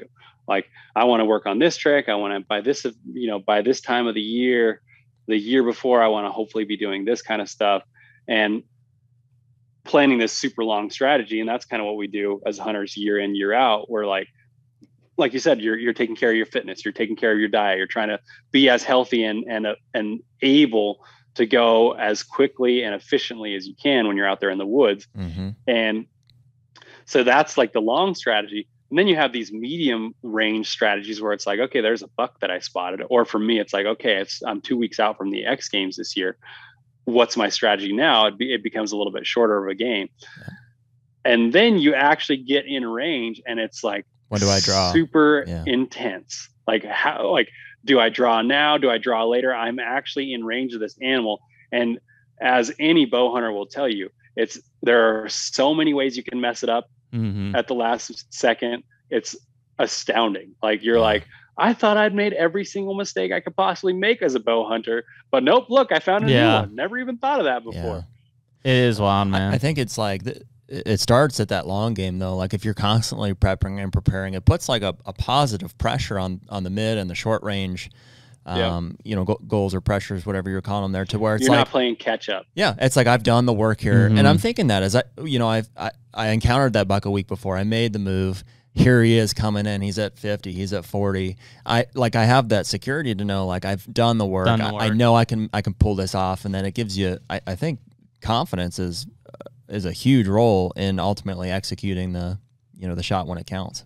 It is. I mean, I think that ultimately when you get into those situations, I've been in the other side where whether it's busy or just young and naive, like I've been unprepared for the long game stuff, right? And so like all of a sudden you're thrown into a situation and it's a disaster. You're just a scattered mess. Nothing's right. Nothing's going right. And sometimes you pull it off and sometimes you don't. But at least now, like when you've kind of dedicated your lifestyle to it, that long game is there, right? And now you've simplified it to where there's still a lot that can happen, but it's really, if I can do this, then I'm in the game and I'm ready to make a shot. If I can't get to that point, I just don't get a shot on that animal. And I think having said all of that, I think it's absolutely true. And like I spent a lot of my time preparing for that. I think that as bow hunters, like we have to acknowledge that there's an element of luck that is maybe greater than we like to admit sometimes. Huge. Oh yeah. I would say somewhere upwards of 60% is luck. Yes. Maybe not that much, and maybe it's different in different situations. But like, dude, I've done just about everything right, and sometimes, and it's been seeing people that didn't prepare for that stuff, didn't prepare for the long game, kill big bucks that I was hunting, that kind of forced me to acknowledge, like, hey. There's an element of luck here that I just have to be okay with. Yeah, the only way to mitigate that element of luck is to just get way more efficient. High fence is the only way to mitigate. Yeah. Somehow manipulate the weather. I don't know. Yeah, it's just there's so many different things. Like you could be everything to a T, and like you get just the wrong weather for a week. You're screwed. Yeah, there's things you can't control. And that's good. I mean, dude, that's life too. That's what I love about hunting as well. Is not only do you have to be prepared, there's stuff that like you can't control. I can't control the way the wind blows through these valleys. I can't control you know, what a deer is doing at a specific moment, and it just is what it is. You have to learn to roll with it. At the end of the day, we're not talking about killing bucks. We're talking about hunting them. Yeah. You know, and that aspect of luck is why it's so addictive. It's why we come back, is because like, oh man, yeah, I could do everything right and it might work out, or I could do everything right and it might not work out. If we just wanted to go out and shoot, like you said, there's always the fence option. If we wanted to go out and shoot a big old buck, we just go pay a landowner and shoot one. Yeah. But we want to have the chance for the animal to get away. I think that's part of what makes hunting 100%. so exciting, is it's like, yeah, they have an equal chance. If anything, they have a greater chance of getting away from me than I do of getting an arrow into them. That's for sure. I think the thing that's helped me kind of get over, and I've certainly messed up a lot of shots, like at the last minute, and like, you know, things happen. Learning to appreciate like the lows of bow hunting has like really made me appreciate the highs when they do come. Mm-hmm. And so I almost like, I mean, I definitely still get discouraged, but like I've just come to like really appreciate those low points where it's like, man, it's just going to be that much greater when it does happen. I think our Dakota trip was a good, not like low, like it was a fun trip and we saw a ton of bucks, but like ultimately, like we hunted as hard as we possibly could have hunted. I was going to tell David earlier, man, I kind of envy your situation in that like you did a lot of scouting and hunting from the truck, which is awesome. We didn't have that opportunity. We would have definitely preferred that, but where we found these bucks, it was just like, it just looks like it's just like a rolling hill. You can't see anything. It's not until you walk in there. You got to walk about a half mile from the trip, and you're like, or from the truck, and you're like, oh, here's these drainages. There's like, a drainage. and there's it's starting. drainage. And then, so we ended up putting like 60 miles on the boots over like 6 days. Yep. Yeah, like we were hoofing it. Yeah, and I mean, and a lot of it was not within a big square mile area. Like we were literally just doing circles, just chasing these damn deer. And circles and circles and circles. Each of us followed a buck like 2 or 3 miles. Yeah. Like just. Yeah, Strauss Lama and I were on one for 5 before he bedded down. I'm like, dude, we're going to come around this bed. He's going to be bedded down. Nope, there he goes. So we come around next one. I'm going to pee real quick. Yeah, and I mean, I think you start to get into these situations that, you know, again, you can't control anything. And so that I was going to ask you that, David, like Jared and I, this is literally our 2nd season of hunting mule deer, right? We're whitetail guys through and through. You know, we're trying to essentially keep eyes on these deer until they bed down, right? And then once they bed down, we're making our move. Last year, it tended to work out. This year, it didn't. You know, I hear from a lot of other guys who are very intense on, like, just getting ahead of them, whether it's in the morning or evening, just getting ahead of them, not waiting from the bed down. And I guess so in your successful hunts, right, are you focusing on just getting ahead of deer, or are you trying to get to bed them and then make a stock? I mean, it really depends on terrain. Yeah. Like, the reality, like on that Utah hunt that I just was on, you would not have gotten a buck if you waited for it to bed. Like you just wouldn't have gotten one, because they go into the thickest of the thick to bed, and you know it's just game over. It's kind of pretty much what we were into. Yeah. So you just have to cut them off. You got to figure out.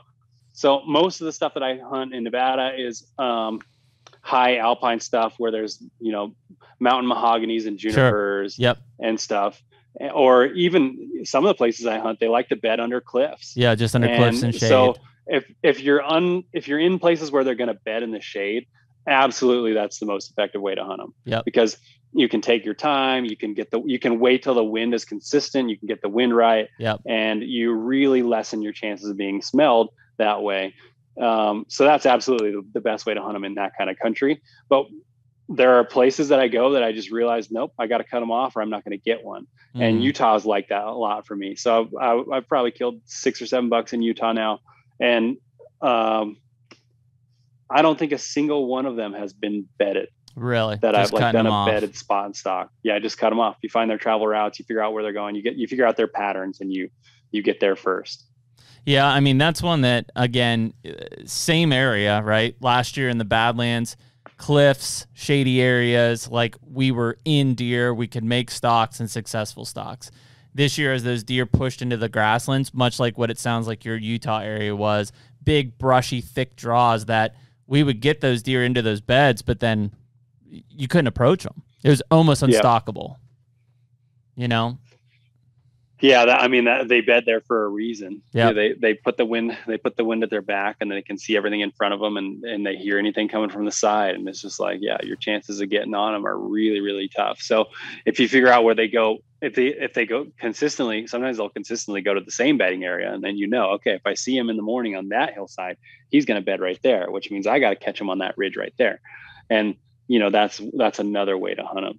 But it really. It comes down to instinct too. There's times when a buck is feeding slow enough. Sometimes I'll hunt him on the foot. Like I'll just be like, all right, he's feeding slow enough that I think I can cut him off, basically right where I spotted him. Or there's times when I'm like, okay, look at the terrain. He's in here eating this manzanita buckbrush right now. Where is he going to bed? Mm-hmm. He's probably going to bed, there's not any good bedding areas for like a mile. He's probably going to go about a mile. So I guess if I even feel like going on that one at all, then I'll be like, all right, well, I'm going to go to the most likely place that he's going to bed and try to cut him off there and see how it goes. That kind of, obviously decreases your odds, and they have so much availability, so many different places they can go. But it's half instinct. Sometimes you're like, oh, this one's going to bed here close, and I can, take my time. Or 3 miles later. Sometimes you're just like, wow, I got to go now, because if I don't cut him off soon, then I'm going to lose him. That was the closest I felt like. Oh, you're going to? Yeah. That was the closest. That was the closest I felt like I got on a buck this past trip. Was the entire trip we had been just watching, waiting for them, and we saw several bucks bed down, and we had made stocks at that point, and they were just like we said, in unstockable spots. And eventually we came up and we were going to sit on this ridge one night, and our wind was not going the way that it was, but it was the highest point in the area. And I was like, well, they could be anywhere. I was like, I'm not super concerned with the wind. But sure enough, as soon as I peeked over this high point here, which out there was like 3,000 feet, like maybe 3,100. Mm-hmm. There was this buck that we had seen, and I had actually put a stock on earlier in the week. It's a nice big 3x3. Like even with no splits, he probably would have been in the mid to high 140s, I think, and big enough for me. And right away, I could tell he had my wind, even though I was 150, 200 yards from him. I think it was a 2-year-old buck and a doe. Like they were just kind of like grazing in this little area. I saw them perk up, and then they just kind of trotted off. So I just had wind bumped them. They weren't real boogered, and it was slow enough that Colton was Bachman was right behind me, and I was like, dude, we could probably catch up to these deer. They dropped down in a little ravine there, and it was one of them deals where he went right and I went left. I just kind of had to bank on, and the wind only was favorable for me to drop into one side, and they just weren't there. And this was one of those times where we looked up the ravine further, and there they were kind of going away from us. And I was like, we got to go. And our boots were already off. And so there's like so many cactus in North Dakota and stuff. Oh yeah, dude. It's terrible. And so we ran probably 300 to 500 yards. Bachman was like literally in his socks. I was in, they're called Skinner socks. They're like the most expensive socks you'll ever buy, like $60 socks. But they're dipped in the things that gardening gloves are, kind of. It's like, and eventually I got frustrated with Colton, and I threw those at him, and I ran the rest of the way in my bare feet basically. And I was sure we were going to cut these deer off. I got the perfect knob here. Our wind was pretty decent. And I was like, we're going to here we are. We ran all this way. We made it. Let's creep right over. And I'd had like a 30-yard shot into the bottom of this little ditch. And they just weren't there. I think they weren't there. They just beat us. They beat us through it. Yeah. And Colton and I did the same thing. I mean, the crazy thing was we were too far when we bedded these deer. We were probably a half mile from them on a high point, and it's just crevices, down in this bottom. And so we had pinpointed everything that we possibly could, except which basically nook did they tuck themselves into. And in fact, when in retrospect, after we kind of bumped these deer, we had walked past them at 30 yards to get to the point where I was going to stalk into the wind, just because they had tucked in one corner closer than I thought. you know, and literally if we probably would have stopped. That's so frustrating. Yeah, dude, if we would have like stopped and looked, we probably would have seen tines like in this shady ditch, and we just kind of were like walking back and we were focused 50 yards past them, you know, and it's just, that's the way it goes. And I mean, you know, could you in retrospect have hiked up to here and maybe lost a little wind advantage and got eyes on them? Maybe. But like, again, everything happens in these stocks is basically what would I have done to make it happen? Yeah. I mean, you learn the lessons that you can learn, and then you let the rest go. You're like, all right, next time, if there's an opportunity like that, I would do these things differently. And then the rest is up to, you know, the luck of the draw. Yeah. But I do think, again, kind of what Jared and I rooted in whitetails, which I still love. I'm excited for our season to really kick off here in a couple of weeks. The cool thing about mule deer hunting is, man, you bring the action. Like, you don't just have to wait around. It's let's just go, man. Let's just go. There's no such thing as a slow day most of the time when you're mule deer hunting. It's like, it's a slow day if you choose for it to be. But when you're whitetail hunting, if it's a slow day, it's a slow day. Yeah, There's nothing you can do about it. Yeah, I'm falling in love with it. Like, not more than whitetail necessarily, but I think one of the reasons, other than it's, like you said, it's never dull. You can bring the action, which I really enjoy. It's less stressful for me. Like, I think I put so much pressure on whitetail hunting, and it's just like there's a specific deer that we're hunting, and like there's limited time that you have to do it, and like the rut kind of comes and goes, and we're tied to these timelines. And it's private land. It's like I have access to a few farms, and here's like, I don't want to blow them out, you know, and so there's pressure involved with that. But with mule deer, it's like we're out on public land for 1 week out of the entire year. Like, I'm never gonna see these deer again. Like maybe next year, but like the pressure is kind of off. It's just like you blow a stock, you're like, on to the next one. Yeah, like, let's do another one, and that's kind of refreshing.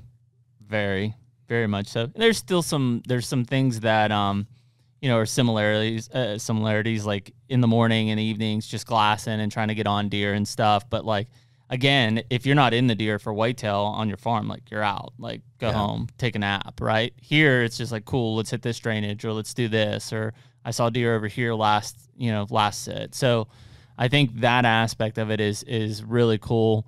I do think that the other thing that I appreciate, and again, it's no knock to whitetail, but like, you have to be in good cardio shape to hunt mule deer. Yeah. And I appreciate like pushing myself to do that versus like, dude, anybody can walk 100 yards, climb up in a tree stand, just sit there for 4 hours. You'll appreciate this, David. What I did for my prep for this trip is I've got a Kuiu pack, just a frame pack, you know, like a day frame pack. And I was buying, I think it's called like the Sandbag Company or something. Sounds right. I was buying these bags of stainless steel. So last year, bags of sand. Yeah, last year I found like this old piece of concrete with like rebar and stuff sticking. It was terrible, but it was heavy, so I put it in my bag, and that kind of worked. This year I was buying these stainless steel shot bags in 25-pound increments, and I worked all the way up to 100 pounds. So I had 100 pounds in my pack, and I would go to the gym because I didn't want to like mess up my knees, like, you know, by doing this out on a trail or something. So I would just go and do the stepper at the gym, and I would do it for like 25 minutes, half hour with 100 pounds. And I mean, dude, it was like, in addition to a weight training regimen, it was everything I could do to keep up with that. Oh yeah, that's gnarly. But then when you were out, I mean, there's nothing worse than loading your pack up after you shot an elk with 125 pounds of meat and realizing, I'm not ready for this. Yeah, dude, there wasn't a time on that trip that I even felt my bag. I was like, is there anything on here? I know. Well, that's it. I mean, that like I could have carried Strauss llama around the mountain, probably felt fine. Probably. Back in my day, could have thrown a pigskin quarter mile over that mountain. I mean, I think that's the big thing is like, you know, barring you are successful, like the work really starts like when you cut that animal up. We did it last year with yours, you know, several miles down in and coming out, but like, you know, that'd be a sinking feeling. Like, dude, if you did all that work to kill an animal and then you load up your pack and you're like, holy shit, I can't get this thing out of here. Yeah. Like, that would suck. Yeah. That's I've had a couple experiences with guys who essentially I had to rescue them, where it's like, oh no, we're going to, like, there's two of us, we're going to cut the steer in half, and I'm going to carry half and you're going to carry half. You shot it, so you get to carry the horns. Yeah. And they'd get like a mile or two and they'd be like, dude, I'm not going to make it. Yeah. And so then I'm like, all right, well, throw the extra quarter on me. Here we go. Let's keep it going. Well, and that's why you've got to prepare yourself for that. And we're doing hunts that are within our reach. Like, Sure. even though, physically we probably could go a little harder, but like as far as gear prep and all of that, I think a Dakota mule deer trip is fairly accessible. Very. We're not having to pack anything out further than 2 or 3 miles in most cases. We're not spike camping it on a mount, Colorado peak necessarily. Like, there are increments here that we're kind of either we're working up or we'll just find what we like and we'll stay there for a while. But we're not just jumping right into a Yukon Dall sheep hunt. Whatever. Yeah. No, I agree. Not yet. Cool. One day. Yeah. Well, dude, we appreciate you coming on today and taking some time to talk with us. I guess before we let you go, a couple things.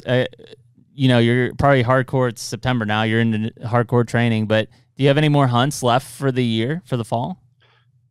No, honestly, I'm calling this the year of the deer because I normally would be elk hunting right now as we speak, but I am not doing any elk hunting. I'm just training for the Olympics.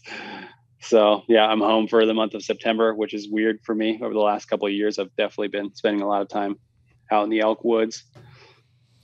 So, I mean, I'll probably will still get out and hunt hogs and stuff. Yeah. Those are just, they can be day trips or 2-day trips. So it's a little easier to, and I'll be hunting waterfowl. I'll be hunting flying things. Yeah. Pretty much as soon as the season opens for that. But as far as big game, that's it for me. That Utah deer was my last one for the season. One. That was a good way to cap it. And then when do the Olympics start? Is it January? It's in February. Yeah. So my first qualifiers will start in December, and then I'll pretty much know if I've made the team by like January 15th. And then going into, mid-February is when the Olympics are. Into Beijing. Are you, I'm sure there are some uncertainties as far as like COVID and all the stuff that they're slapping down. Are you in the know as far as like what could happen, or?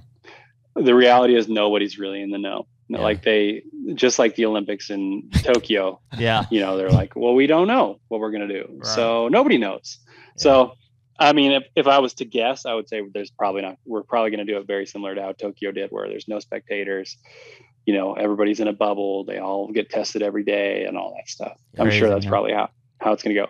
I hope, my strategy, my approach to life is to hope for the best and expect the worst. Yeah. So I'm expecting it to be as lockdown COVID protocol as we could imagine, but hopefully it'll be better than that. Yeah. Yeah. Have you been over to China before? I've never been to China. Nope. Cool.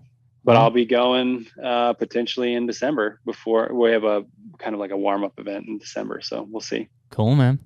Well, we'll for sure be watching and wish you the best of luck, and hopefully stay healthy here through the fall as you get up into it, and excited to see what you got in store for us over there. Yeah, man. Thanks a lot. Yeah, I appreciate it. If anybody wants to check out some of my hunts from this year, content will be coming out on my sub Instagram channel, which is Wise OTG. Okay. My primary Instagram channel is just Mr. David Wise.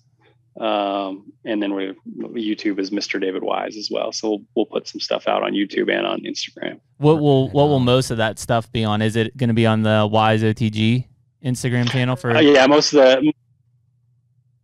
Getting another call. Oh. Oh my goodness, I need to put this thing on airplane mode. Yeah, most of the specifically hunting or like off-grid lifestyle farming stuff will be on Wise OTG. Cool. And then the skiing and biking, other stuff will be on Mr. David Wise. Sweet. Well, we'll definitely want to check it out. Let us know, and we'll share some stuff out there when you start putting it out. All right, sounds good. Thanks, fellas. All right, brother. We'll talk to you, man. See you, man. Yep. Have a good one. Pretty cool. Very cool. David Wise. It's a big year for him. Yeah. Olympic gold medalist on the HUNTR Podcast. How old you can still like? Well, I wonder if this is his last Olympics that he's shooting for. He's only 31. I know. But he's talking like he's old though. So. Well, he said he's been doing it since he's 15 or 16. Mm-hmm. That'd be cool, man. That's it's cool to see how, and you can just tell, man, that dude's just thinking strategy around the ski side, and I guarantee he does the same thing around his hunts. Mm-hmm. The only thing I couldn't grasp is like being done for the season already. Yeah, that sucks. I'm like, it's September 16th. That sucks. But I guess when you're out west, he got a lot of hunting in though. I was gonna say he hunted all of August. He did 3 hunts. Yeah, so all of August and then early September, and I guess out west, like mid August, I believe, is when that antelope season comes in. You're kind of like that is it. Like, I mean, I would assume elk hunting and stuff. I mean, dude, there was a time where like you and I just had basically like October or November, and then that was pretty much it. Now we expanded. Yeah. Yeah. So I mean, yeah, it's kind of wild to see, and I'm sure he'll do more, like you said, hog hunting. Or it was cool that him and Remy went out and did that hunt in Hawaii. Like that's really cool. Yeah. So yeah, I mean, it's just time. I would assume that as he gets through these Olympics this year, that next year he probably invests a little bit more time into the hunting side to take a little mental break. I'd imagine so. I mean, it seems like the natural progression for one, skiing ultimately has to take kind of a backseat just because of getting older and stuff. Well, he said he's been thinking about this Olympics since last Olympics. That's right. Like that's a lot of timing to think about, like a couple runs. Man, that's a major selling point for hunting is like, you do it your whole life, pretty much. You know, I mean, yeah, you need some physical fit, especially for some of those Western hunts and stuff. But there's always some aspect of, I'm sure the argument could be made for skiing too, but certainly for hunting, it's like there's always something you can do. I really like his kind of take this year of how he's getting his kids involved and stuff. Like that's obviously close to my heart and how I'm doing it with my kids. And you know, it's interesting to see like everybody's kind of got their own edge, and you know, I'm kind of happy for him and his kids that he got to experience that Utah hunt like it panned out to be, which is similar to how we hunted North Dakota last year, at least, which is, you know, you put a lot of miles on the vehicle to find the deer, and then you kind of can get out and make your approach on them. But it's a lot more engaging, and especially from a young kid's side, to be able to like cover more ground and see deer and do things like that. Like that's a cool way to kind of get them involved into it. So it'll be interesting to see how his daughter and son kind of integrate themselves into the hunt here in the next few years. Yeah, no doubt. Think you'd ever take your kids on a Western hunt? I do. Yeah, I think it'd be cool. I mean, they both are runners at their young age, so they've got the end of how they'll be better on the trails than I probably would. But the hard part is like, what do you take them on, you know? Because like I don't think they can use crossbows on that. You know, so you've got to get them into, I guess, a vertical bow. Well, I mean, it's a matter of a couple of years. And they're shooting vertical. I mean, they are shooting now, but just not. But yeah, absolutely. I think they'd freaking love it. I think I would love it a lot more for what we were talking about is like, we're just always doing something. Yep. It's hard. Like this past year was really hard to sit 3-4 hour sits in some of those evenings and not see a damn deer. You know, and expect him to kind of get back out there and do it again tomorrow. Yeah. You know, where at least out there, even if you're not seeing deer, you're active, you're glassing, you're moving drainages. And I love that aspect of it. That's my personality. You know it. I'm not patient. Like, I don't want to sit there all day. Yeah. I just want to go, man, and get in it. Yeah. Yeah. I think it's a good goal for, you know, down the road. Because even for us, it's just such a big deal. That's what we were saying for, like, you know, somebody that lives in North Dakota. It's like, yeah, it's still something, but it's like, hey, let's drive an hour or 2 hours to the Badlands, and it's like it's an adventure for us. It's the same hunt, but all right, let's leave here on a Tuesday and plan to get there on a Wednesday. What happens in between and while we're out there, who knows? Like, we've got to prepare for all this stuff, and so I'm sure it'd be the same way with your kids. Is like once they've kind of established themselves like within a perimeter, it's like, okay, this is the next big thing. Yeah. I'll probably take them on an out-of-state whitetail hunt, whether it's Illinois, Kansas, or Ohio. I mean, they'll have Ohio this year, but and Kentucky. Yeah, that Western hunt will be a big one. I think like an over-the-counter, anything over-the-counter is a good move. I mean, dude, my dad took me on an over-the-counter Colorado elk hunt because, you know, he and I could buy tags. That's awesome. It's in the name. Over and the you guys were both successful, at the same time. Yeah, he shot his on the first day. Actually, I was up. Like, he's like, hey, you know, you shoot first, obviously. Yeah. And so we were following that. It was a guided hunt. We're following the guide who was like 16 at the time. I was like, or no, he'd have been like 17. He might have been like 19, and I was like 16. Yeah. And we were right into elk. And before I knew it, the thing was standing there staring at me at like 20 yards. I couldn't believe it. And so it wheeled out and around, and my dad was behind me at full draw, and he shot him. That's crazy, dude. And then I shot mine the second day. Yeah, I mean, I think it's definitely something. It's cool to hear him talk about the spot and stock of antelope, because like I could see you and I getting into that next year in South Dakota. Yeah, me too. That's a challenge, man. Yeah. And I don't know. I mean, it's not necessarily as passionate about that as mule deer, but like you never know. There's something there. You turn your sure. focus to it, and it's like, okay, this is what we're doing. There's what something if you have time there. to focus on it? Yeah, I mean, especially midday, because like mule deer is morning and well, I shouldn't say that. There is by lunchtime, you're kind of wound down to the. If you're not on a deer, you're kind of wound down to the evening. Yeah. You could hunt. Well, I mean, you could be on until 4 o'clock. We've done that. Best before. case would be you tag out mule deer and then go antelope hunting. I think the interesting thing, we heard this more kind of, again, unprepared, is like we were in the right time frame where like if we would have stuck up like a buck, an antelope buck decoy, like they would have been running at us. And meanwhile, we've got just kicked up our tube socks and spun like a bicycle. We've got a big ass red moo cow trying to sneak across the field with, which apparently isn't going to do it. So.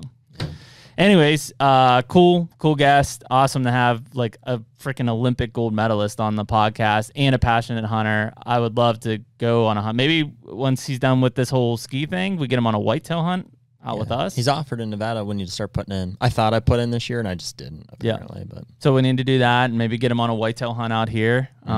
Be cool, but appreciate David stopping by and really do hope he stays healthy this fall and we can watch him in Beijing go after one again. Yeah, dude. Awesome. So we appreciate you listening to this episode of HUNTR Podcast. I have no freaking idea what episode we're on. 30-something. 30-something. 8. We're going to do another one next week. Is it 38? And the week after How about that? 38. How about that? Pretty good. Almost. Are you 38? Am I? No, you're not that old. No, I'm 30. 36. 7.